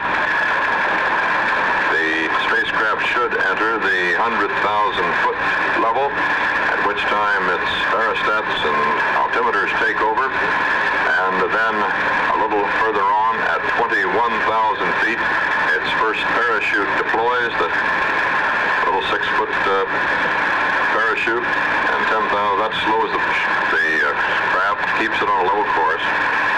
Now here's Herb Kaplow from the Kearsarge. An estimation on the impact point for Sigma 7 has now been placed at 10 miles from this ship, from the aircraft carrier Kearsarge. The aircraft carrier is now picked up speed appreciably and presumably moving in the direction of the spacecraft. And yet none of all of the estimates we are receiving are within a very short distance of each other, a matter of several miles. The estimates now of the nearness to the pinpoint landing point is something the order of 1 to 4 miles. This is Mercury Control. We are standing by for a communications contact through an automatic relay service, airborne in an aircraft, to our Hawaii station and in turn back to us. This is Mercury Control. Herbert Kaplow aboard the aircraft carrier Kearsarge in the Pacific.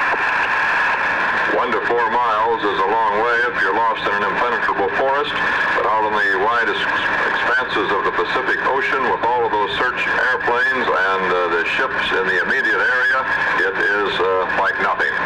The parachute should be easily seen, and the recovery should come quite quickly. Another announcement from Colonel Powers at landing point from several of our computer sources. All of the estimates fall in an area very close to each other.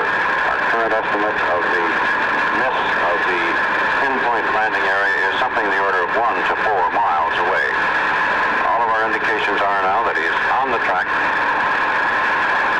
that he will land very clear to the USS Kearsarge, the aircraft carrier in the prime recovery zone.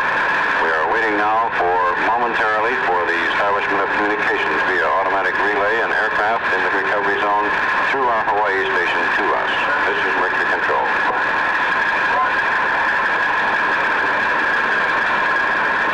And now in another 30 seconds, Wally Schirra and his Sigma 7 capsule should reach the 100,000-foot level. The only problem then is keeping his capsule on a nice level keel so that the parachute can deploy without any difficulty, but he is... This is Mercury Control. Here's Powers. We have just begun to receive automatic relay of voice broadcasts from astronaut Walter Schirra aboard the Sigma 7 spacecraft. The voice transmissions are a little bit garbled, so we are not getting a clear indication of his status, but all other indications are that everything is A-OK. He is on the track and is coming down into the pre-planned recovery area. And he has successfully made it through the... report from astronaut Schirra that his drogue parachute has been deployed. His drogue parachute has been deployed. This is Mercury Control. Now that means he's practically on the deck of that carrier. With the drogue chute deployed successfully and is able to report it to us by voice, there really can be very little more that can give him trouble. The main chute has to deploy now in a very few minutes, a very few seconds. That deploys at 10,000 feet, 63 feet up. Here's Herb Kaplow.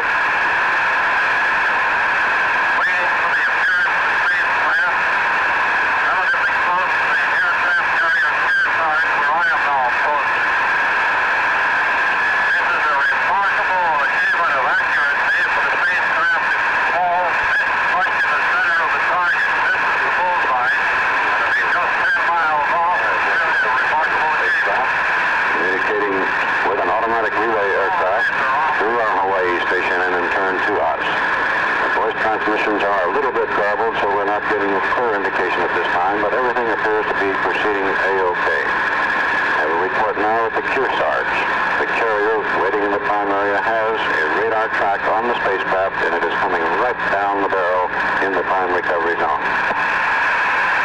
Oh boy, what a amazing achievement for American space science. Sighted by several people aboard the aircraft carrier.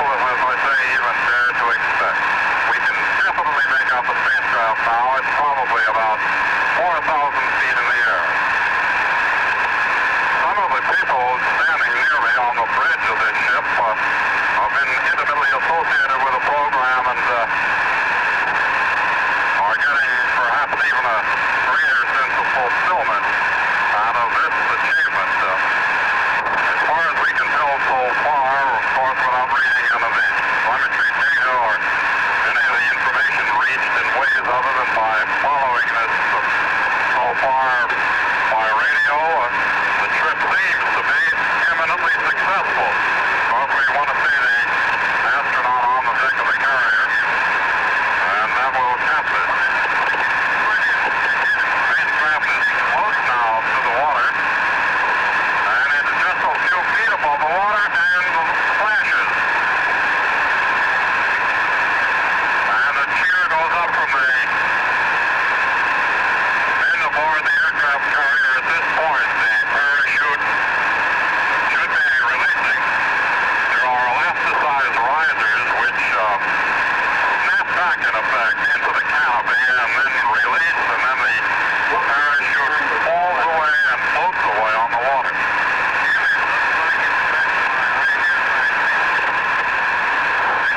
Well, there is very little that can be said to equal the achievement here today. Superlative just wouldn't seem to me to justice as far as we can tell to this point. One of the helicopters has left the deck so far. They should shortly. We're told that the spacecraft left, according to estimates, before it actually touched the water, was about 10 miles away. It seems to us that it might even be a little bit closer than that. The 10 miles, of course, was just a rough estimate. The carrier is moving right directly towards it. One might almost wonder whether they're even going to bother launching the helicopters. I'm going to try and check and see whether maybe the aircraft carrier itself is going to pull it aboard, except, well, I'll try and check that right at this moment.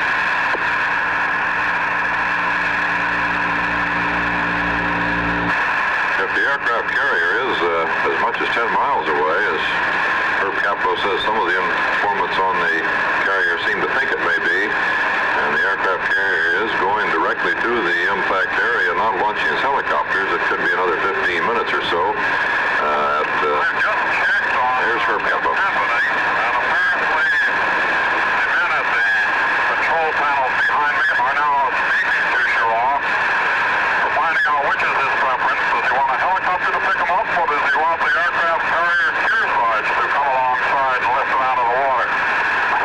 I think maybe this was almost one of 1,001 contingencies that the planners never really figured on. It almost did land on the flight deck, and now everybody seems a little bit too nonplussed to happy to react properly. Gosh, maybe you could hail a taxi. He's in fine shape. The water is very smooth. One helicopter, two helicopters now are starting to rotate their rotors and probably will go out. Drop the flotation gear.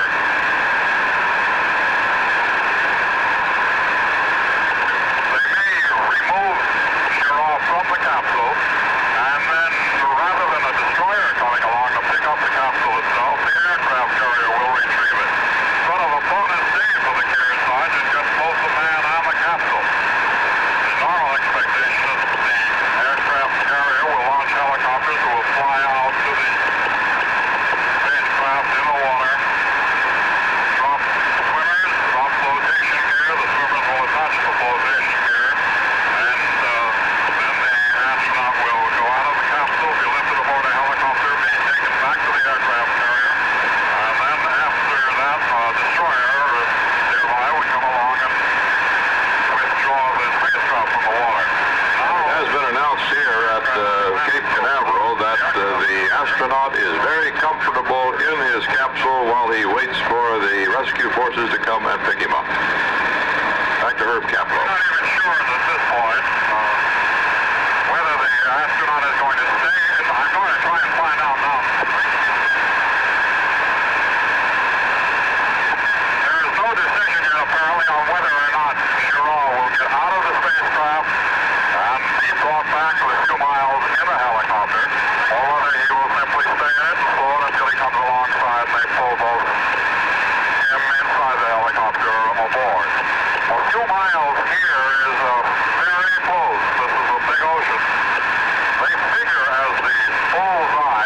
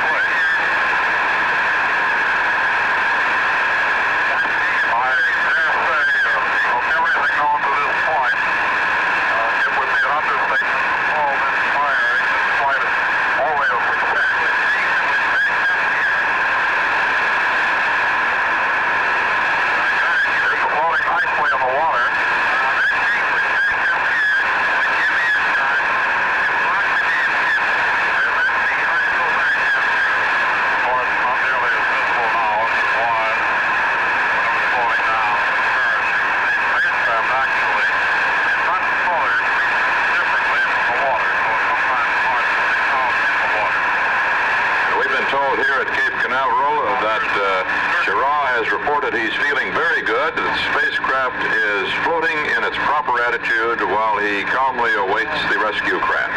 Back to Herb Kaplow. Things happen when the spacecraft hits the water. Our dive marker is released. Sonar, a Schirra beacon emitting a signal, a flashing light. These are not necessarily needed today. Spacecraft is dead center.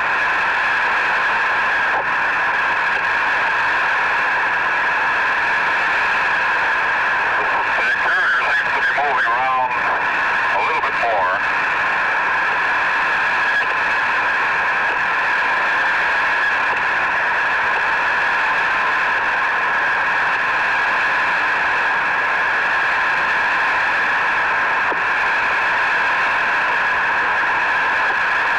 The helicopters are now directly over the spacecraft.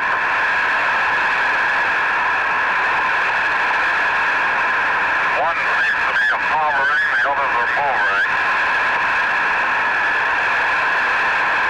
The one that is hovering is taking photographs. Practically can take it from this close. I don't know what one would consider the odds of coming this close to me. Bill? That's the comment of the man who is the NASA technical advisor to the recovery force. He is admirably respected. Bill Hayes.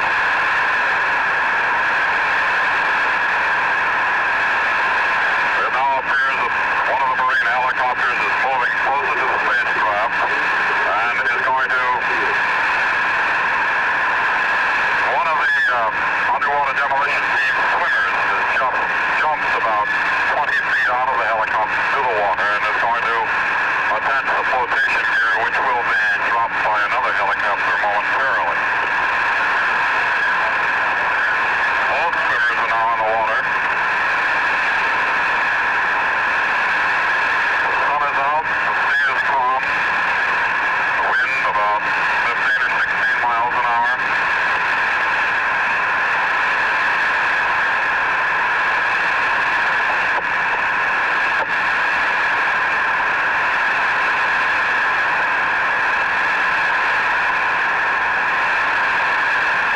The dive marker, which is released by the spacecraft when it impacts, is starting to show up in the water. It's a greenish color.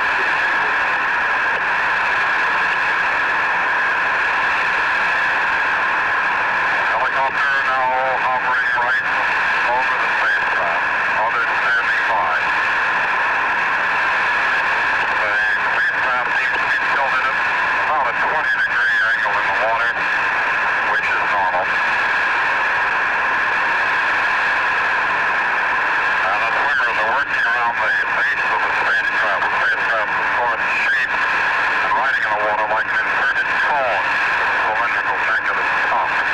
And here at Cape Canaveral, we've been advised that Schirra has elected to stay in the capsule until the aircraft carrier, or another ship, but most certainly the aircraft carrier, comes alongside to recover the capsule and Commander Schirra. However, he will be given assistance by those scuba divers who have jumped from the helicopters with flotation gear. They will attach those large rubber collars around the spacecraft to keep it from sinking or tilting in such a way that it could ship water and sink, such as happened, unfortunately, with the capsule of Gus Grissom, our second man in space on our second suborbital flight. Walter. Yes, Doug. Walter, you remember that wartime saying about targets? This was really bang on. Yeah, this was, as I think Shorty said, this one was right down the pickle barrel. I imagine there may be no joy in Flatbush, but there should be quite a bit in San Diego, California, where Walter's parents are, and in Houston, Texas, where Mrs. Schirra and Marty and Susie are right now. Undoubtedly, Doug, and there couldn't be a better family to have this great day of success in space and have a hero Doug, why don't you take it away up there for a minute while we're waiting to hear more about this recovery effort, and then we'll come back and give you the latest. As we've said several times during the morning and the afternoon, Wally Schirra seemed to be more exuberant in the air than either of his American predecessors in this orbital journey. He sang out hallelujah once when he got the good news that he was going to go for the full 6 trips, and he said he'd like to drift and dream, but he didn't have time for dreaming. He was pretty busy. Well, he might have been happy. His long ride was the most perfect of all our manned space flights so far. And now let's go back to Cape Canaveral and Walter Cronkite for the latest. Doug got happy. Wally Schirra has just communicated a little phrase that sounds just like him. He said, "This was a sweet little bird," meaning his spacecraft, of course, and the big Atlas booster that put him in that perfect orbit so that he could do this job. The collar has been placed on the spacecraft, and here's Herb Kaplow at the Kearsarge.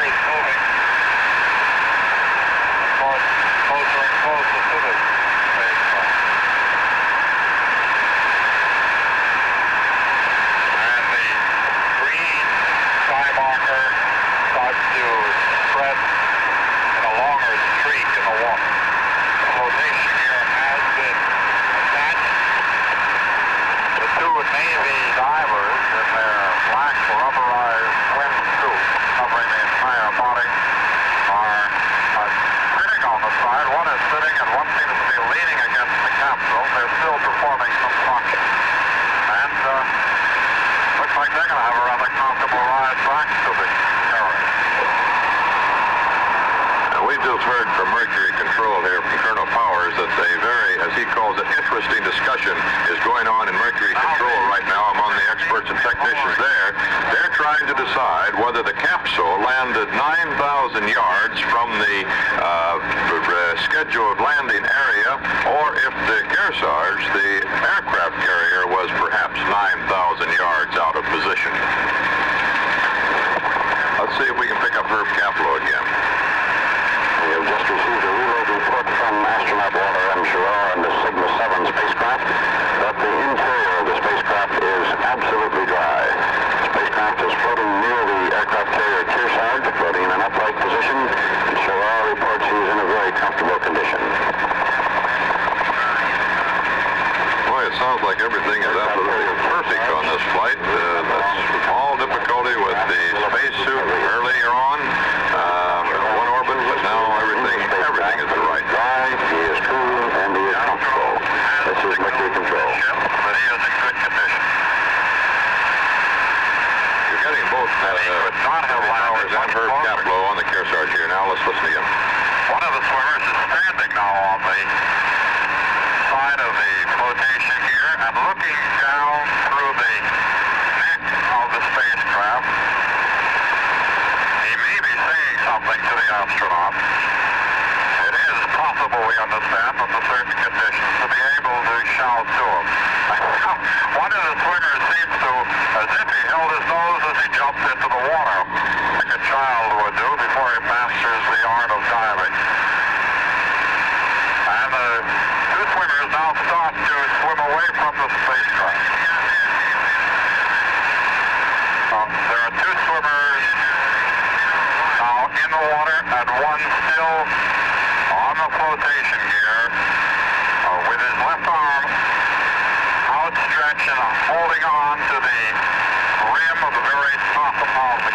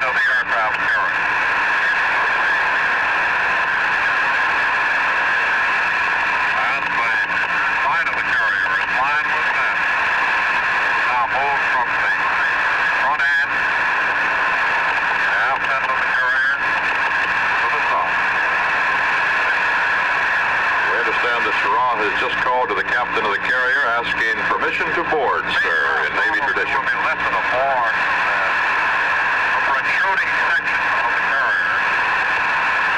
This has been reversed. There is a dummy capsule aboard with which destroyers that work carrier.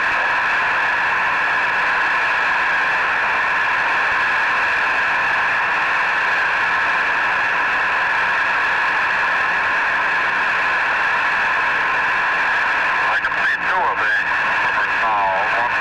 Now I can see the third as he keeps heading from behind the far side of the capsule top.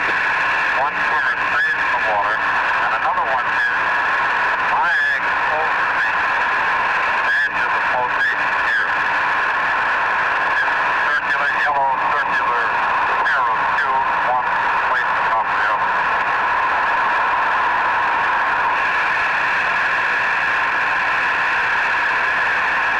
I'm trying to shift position so I see better now. The flare is being released by one of the... It's a red flare, smoking, being held by... Here's...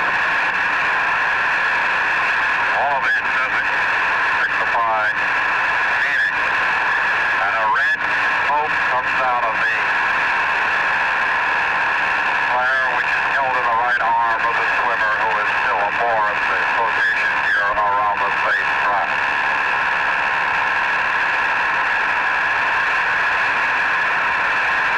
It might be pointed out that it's the early morning hours out in the Pacific. Bright sunlight, though, very clear. Around 10 o'clock in the morning. The flare is a signal flare, not to light the seas there. Another swimmer is nearby, and the third still performing certain functions on the craft. This is now in its flotation rate, probably 100 yards from us.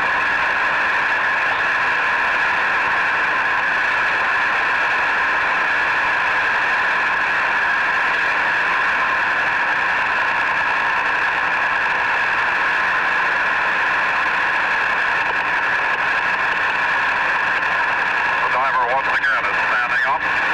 Another one in the water signals with his arms out stretched.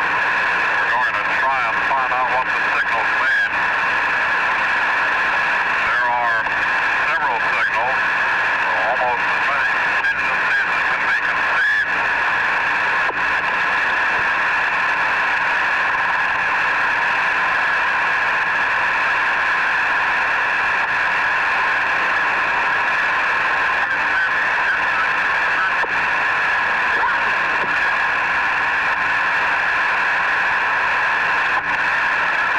One red flare signifies another flare is out. We're going to wait and see precisely what happens at this point. One of the divers continues to wave his arm over his head. And a boat is being put outside the carrier with 5 men aboard. It will go out and pick up the captain. Now moving out at the end of a long line, a line from the ship, presumably will pull the spacecraft. Part of the great crowd in Grand Central once again today has watched this flight of our latest astronaut around the Earth 6 times. And we hope everything is fine. It would appear to be. And but they're going to wait it out, as of course we are too. Back in just a moment. Back now to Cape Canaveral and Walter Cronkite. Swimmer is now being lifted aboard. And this is Herb Caplow out at the Kearsarge. Let's Holding his arms on the rope, which is just now lifting the swimmer through the doorway of the helicopter. Two swimmers still about to pick up.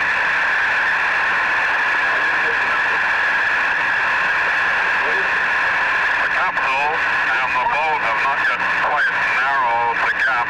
It may be that the boat is waiting for the helicopter to clear since the rotors cause quite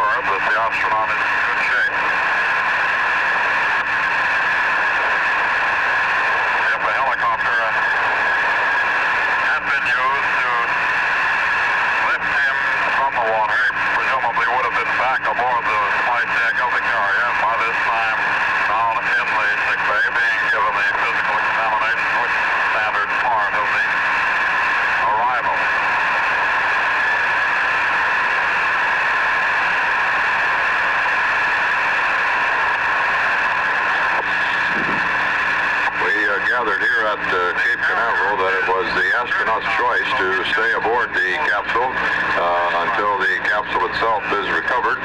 There seems to be no danger in that procedure since the collar has been attached, the flotation gear, to keep the capsule afloat.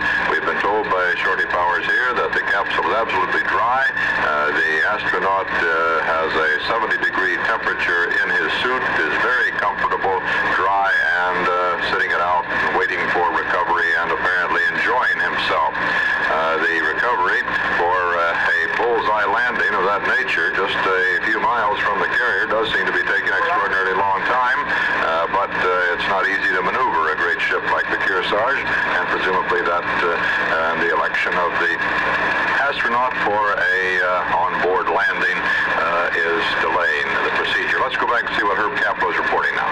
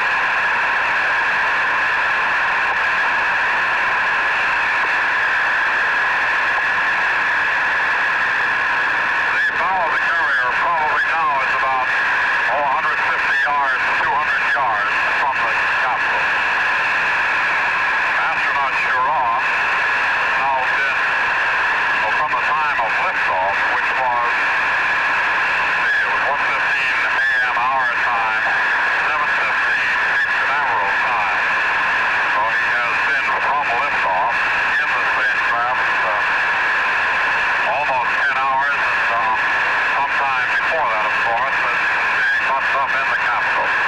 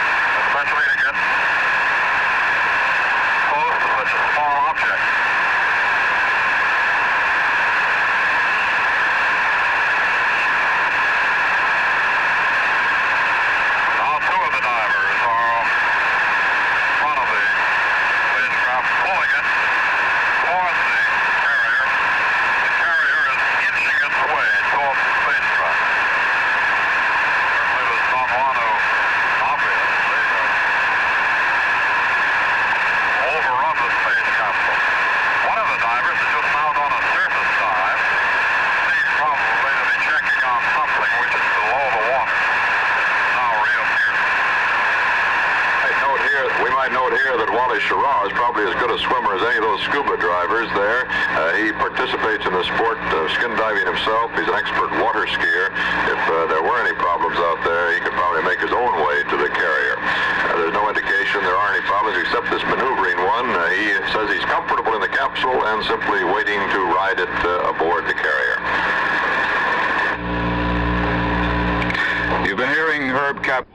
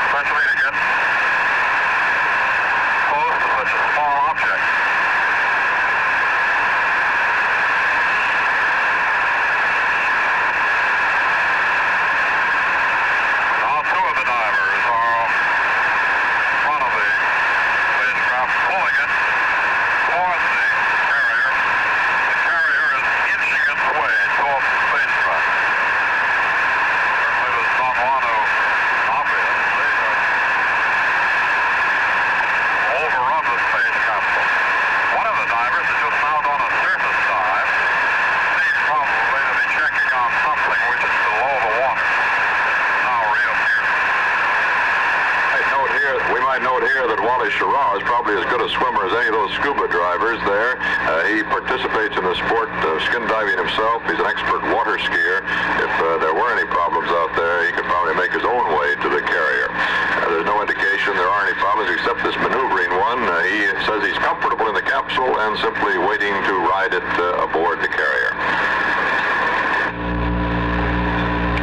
You've been hearing Herb Kapler report direct from the U.S. aircraft carrier, the Kearsarge, right now engaged in the pickup operation for Walter Schirra. Back in just a moment after this. Tonight and this afternoon is quite a contrast to the recovery of Scott Carpenter. He landed out of the target area and sat and waited for quite a time in a raft with a team of paramedics. Schirra is sitting and waiting and apparently being towed to the aircraft carrier Kearsarge. He seems to have become quite attached to his capsule. Well, now back to Cape Canaveral and Walter Cronkite. Yes, as a matter of fact, but Doug, despite the fact that Carpenter overshot by almost 250 miles on his flight, his recovery period, once he was located and the rescue craft were on the way, didn't take a great deal longer than it's taking to get Mr. Schirra back aboard the Kearsarge. That's by his own election, of course. The helicopter could have taken him presumably out of that capsule some time ago. He's been now down for 34 minutes out there in the Pacific with the Kearsarge right alongside after that amazing landing right down the pickle barrel, right down the stack practically of the Kearsarge, just a couple of miles off. And as we told you a moment ago, the technicians are even arguing back here at Mercury Control whether the Kearsarge was a little bit out of place or whether indeed the Atlas capsule came down there a couple of miles off target. A couple of miles off target after 155,000 miles around the Earth in some 5 2/3 orbits, flight at 17,500 miles an hour, in which Schirra set records 176 miles for his apogee, his highest point of his trip, and only Gagarin went any higher. Actually, that was a slight error. He was supposed to only go around 165, but obviously it was a quite tolerable error in the orbit position. Schirra reports again that we've just been told that he will remain inside the capsule, that he is quite comfortable there, sees no reason to climb out and possibly get wet. out until they can lift him aboard the Kearsarge, and he can come aboard in his own craft, by golly, a Navy man's own desire, perhaps. We told you earlier, sent a message to the skipper of the Kearsarge, Captain Rankin, and said, "May I come aboard, sir?" And Captain Rankin replied to Commander Schirra, Navy flyer, on leave with NASA at the moment, on detached duty with NASA. He said, "Permission granted." So the formalities are out of the way. Schirra can come aboard anytime they get that line on the capsule now and lift it aboard the helicopter, the aircraft carrier. Walter. Yes, Tom. Doug. You know, with Don Hewitt in the control room there, and you out front, I can't keep you straight. Yes, it gets a little confusing. I talk to him on these little buttons about half the time. I rather imagine that Walter Schirra might be a little bit weary after that journey, and getting out of one of those capsules, as excellent as they are, I happened to see one last week at close hand, and I shouldn't think that'd be too easy anyway, and maybe he just wants a little service now, and I wouldn't blame him for that, would you? No, not at all, Doug, and as a matter of fact, getting out of the neck of the capsule is a exceedingly tedious thing, as you know. It's a very, very tiny thing, and he has to jettison quite a lot of stowed material up there in the neck in order to do that. Also, if he goes out the hatch on the side, there's always some danger if he leaves the capsule to its own devices until it's picked up that it could ship water and spoil an otherwise perfect experiment.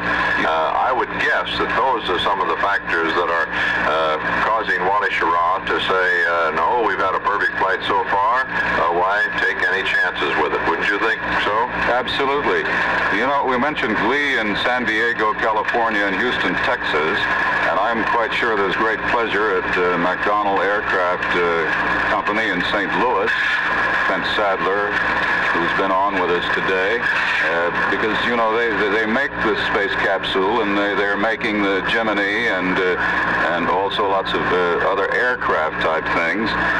And I'm sure that the Atlas people, the people who build the Atlas, are also pleased tonight at this tremendous success. Doug, excuse me, I'm sorry. I was just going to say that we also want to say a word about Bob Seed out at McDonald, who stood by all day, and we never got a chance to use. Let's go out to Herb Kaplow at the Kearsarge now. Hello, it. Trailing beneath it, I can't see entirely.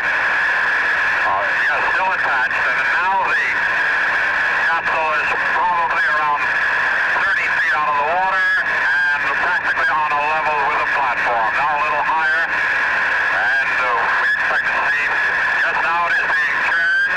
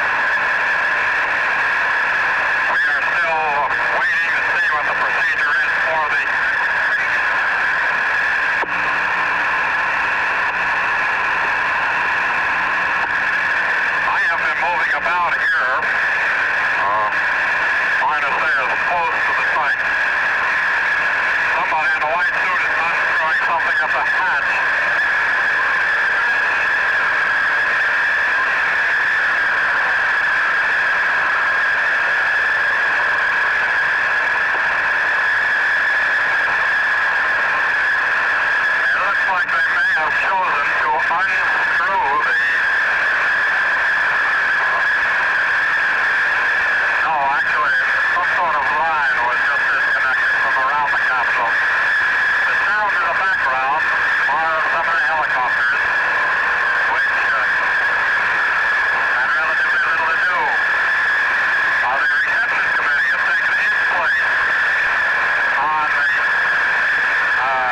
returning section of the flight hangar deck. The hangar deck is actually the deck below the flight deck where the airplanes are stored, sort of a garage. Hayes is the NASA Technical Advisor for Recovery, the Commodore, Thomas King, who is in charge of this section of the recovery Navy ship. There, the skipper of the Schirra, Captain Eugene Rankin. There goes the hatch. It's just been flown. 7, and we're waiting to catch a glimpse of the astronaut.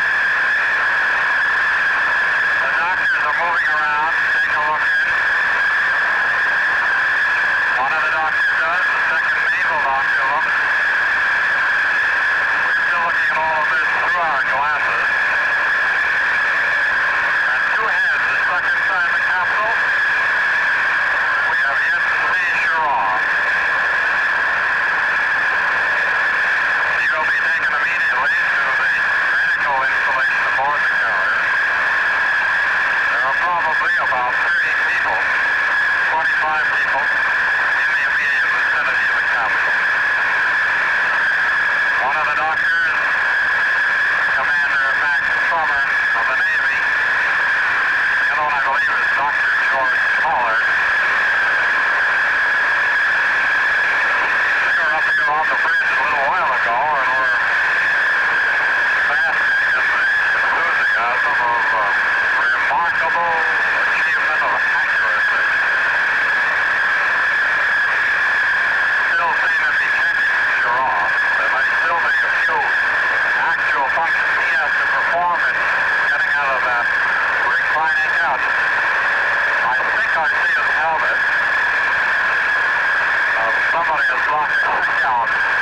One of the men right around the hatchway.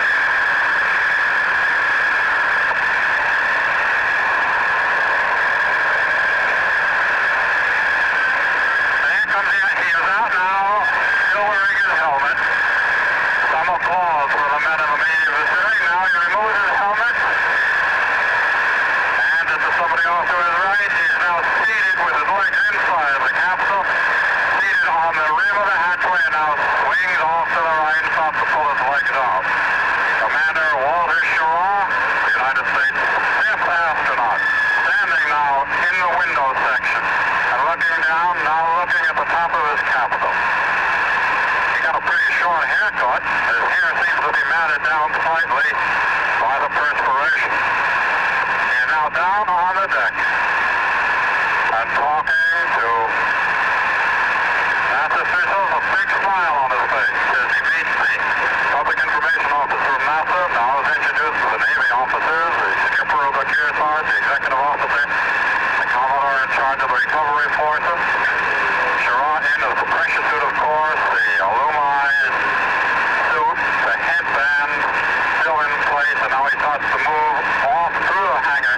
He has removed his helmet, now moves off through the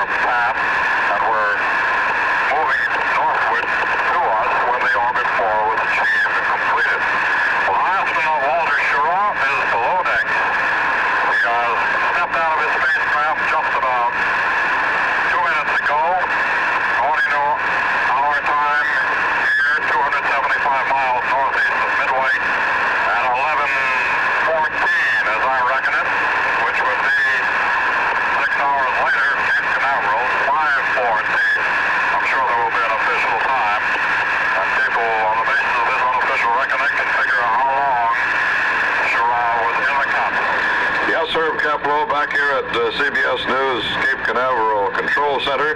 We've got our unofficial tabulation, and we figured out this way, that he was just 15 seconds short of exactly 10 hours from blastoff at Cape Canaveral till he stepped aboard the aircraft carrier, the Kearsarge, from which you've been doing that excellent reporting job. He was in the capsule 14 hours and 35 minutes from the time he was sealed into the capsule at 4:40 this morning at Cape Canaveral until he stepped out onto the carrier, smiling, happy, so entirely pleased, as he had every right to be, with as nearly a perfect man-in-space mission as is conceivable any nation could have. And this, our third orbited mission by the United States, twice the length of any of the previous ones, and one that will move us a long step forward in greater explorations of outer space. And now back to you in New York, Doug Edwards. Just a few moments ago, Walter Schirra was successfully taken aboard the aircraft carrier Kearsarge about 275 miles northeast of Midway Island out in the Pacific. So very close to the target that it's imponderable, really, at this distance and in an ocean that big. Let's go back to Cape Canaveral to Walter Cronkite and see what's happening now. And Doug, what we hear from Herb Kaplow on the Kearsarge is that our astronaut apparently needed absolutely no medical attention whatsoever, but of course that doesn't mean he's not going to get a great deal of it. He's being taken down to the specially prepared sick bay on the Kearsarge for a long medical debriefing in which he will have as thorough a physical examination as any man could have to be sure that he suffered nothing from his long hours of weightlessness. This longer than any man we have been able to examine on this side of the Iron Curtain. His feat of 6 orbits may pale a little bit compared to the Russian Nikolaev and Popovich's 4 days and 3 days respectively, but it, as we have said, is another of the important steps forward in the American space program, which we confidently expect, according to our space experts, to catch and exceed the Russians in manned flight in the next couple of years. And in that regard, it is a very important mission. The fact it went off so perfectly shows the high art to which these dedicated men of the space program have brought their techniques. This flight went off just 15 minutes after its scheduled time on the very first day that it was really expected to go. There had been 4 delays from the sort of possible launch date, but this was the first day that the countdown ever had reached anything like this point. In fact, the first time the countdown had started really at all, the final countdown, and it went to just 15 minutes beyond the scheduled departure time from pad 14. And that not because of anything here at Cape Canaveral, but one radar installation out in the Canary Islands. The landing, as you have heard, was right on target. It couldn't have been any closer, really. And the astronaut is in excellent shape. Furthermore, he performed his missions absolutely perfectly, apparently, in conserving his fuel, which is the main point, proving that we can put up a 17-orbit, 24-hour flight even sooner than anybody dreamed we might when we ran into the first fuel problems on the Mercury capsules here in the MA6 and 7 flights of Glenn and Carpenter. The ultimate objective of Project Mercury, of course, is a one-day journey through space, that 17 or 18 orbits around the Earth. Today's flight is an intermediate step designed to probe the problems that developed in the flights of John Glenn and Scott Carpenter. Some of those problems were outlined for us by astronaut Schirra. Well, if you recall one thing, in both John's flight and Scott's flight, they ran out of fuel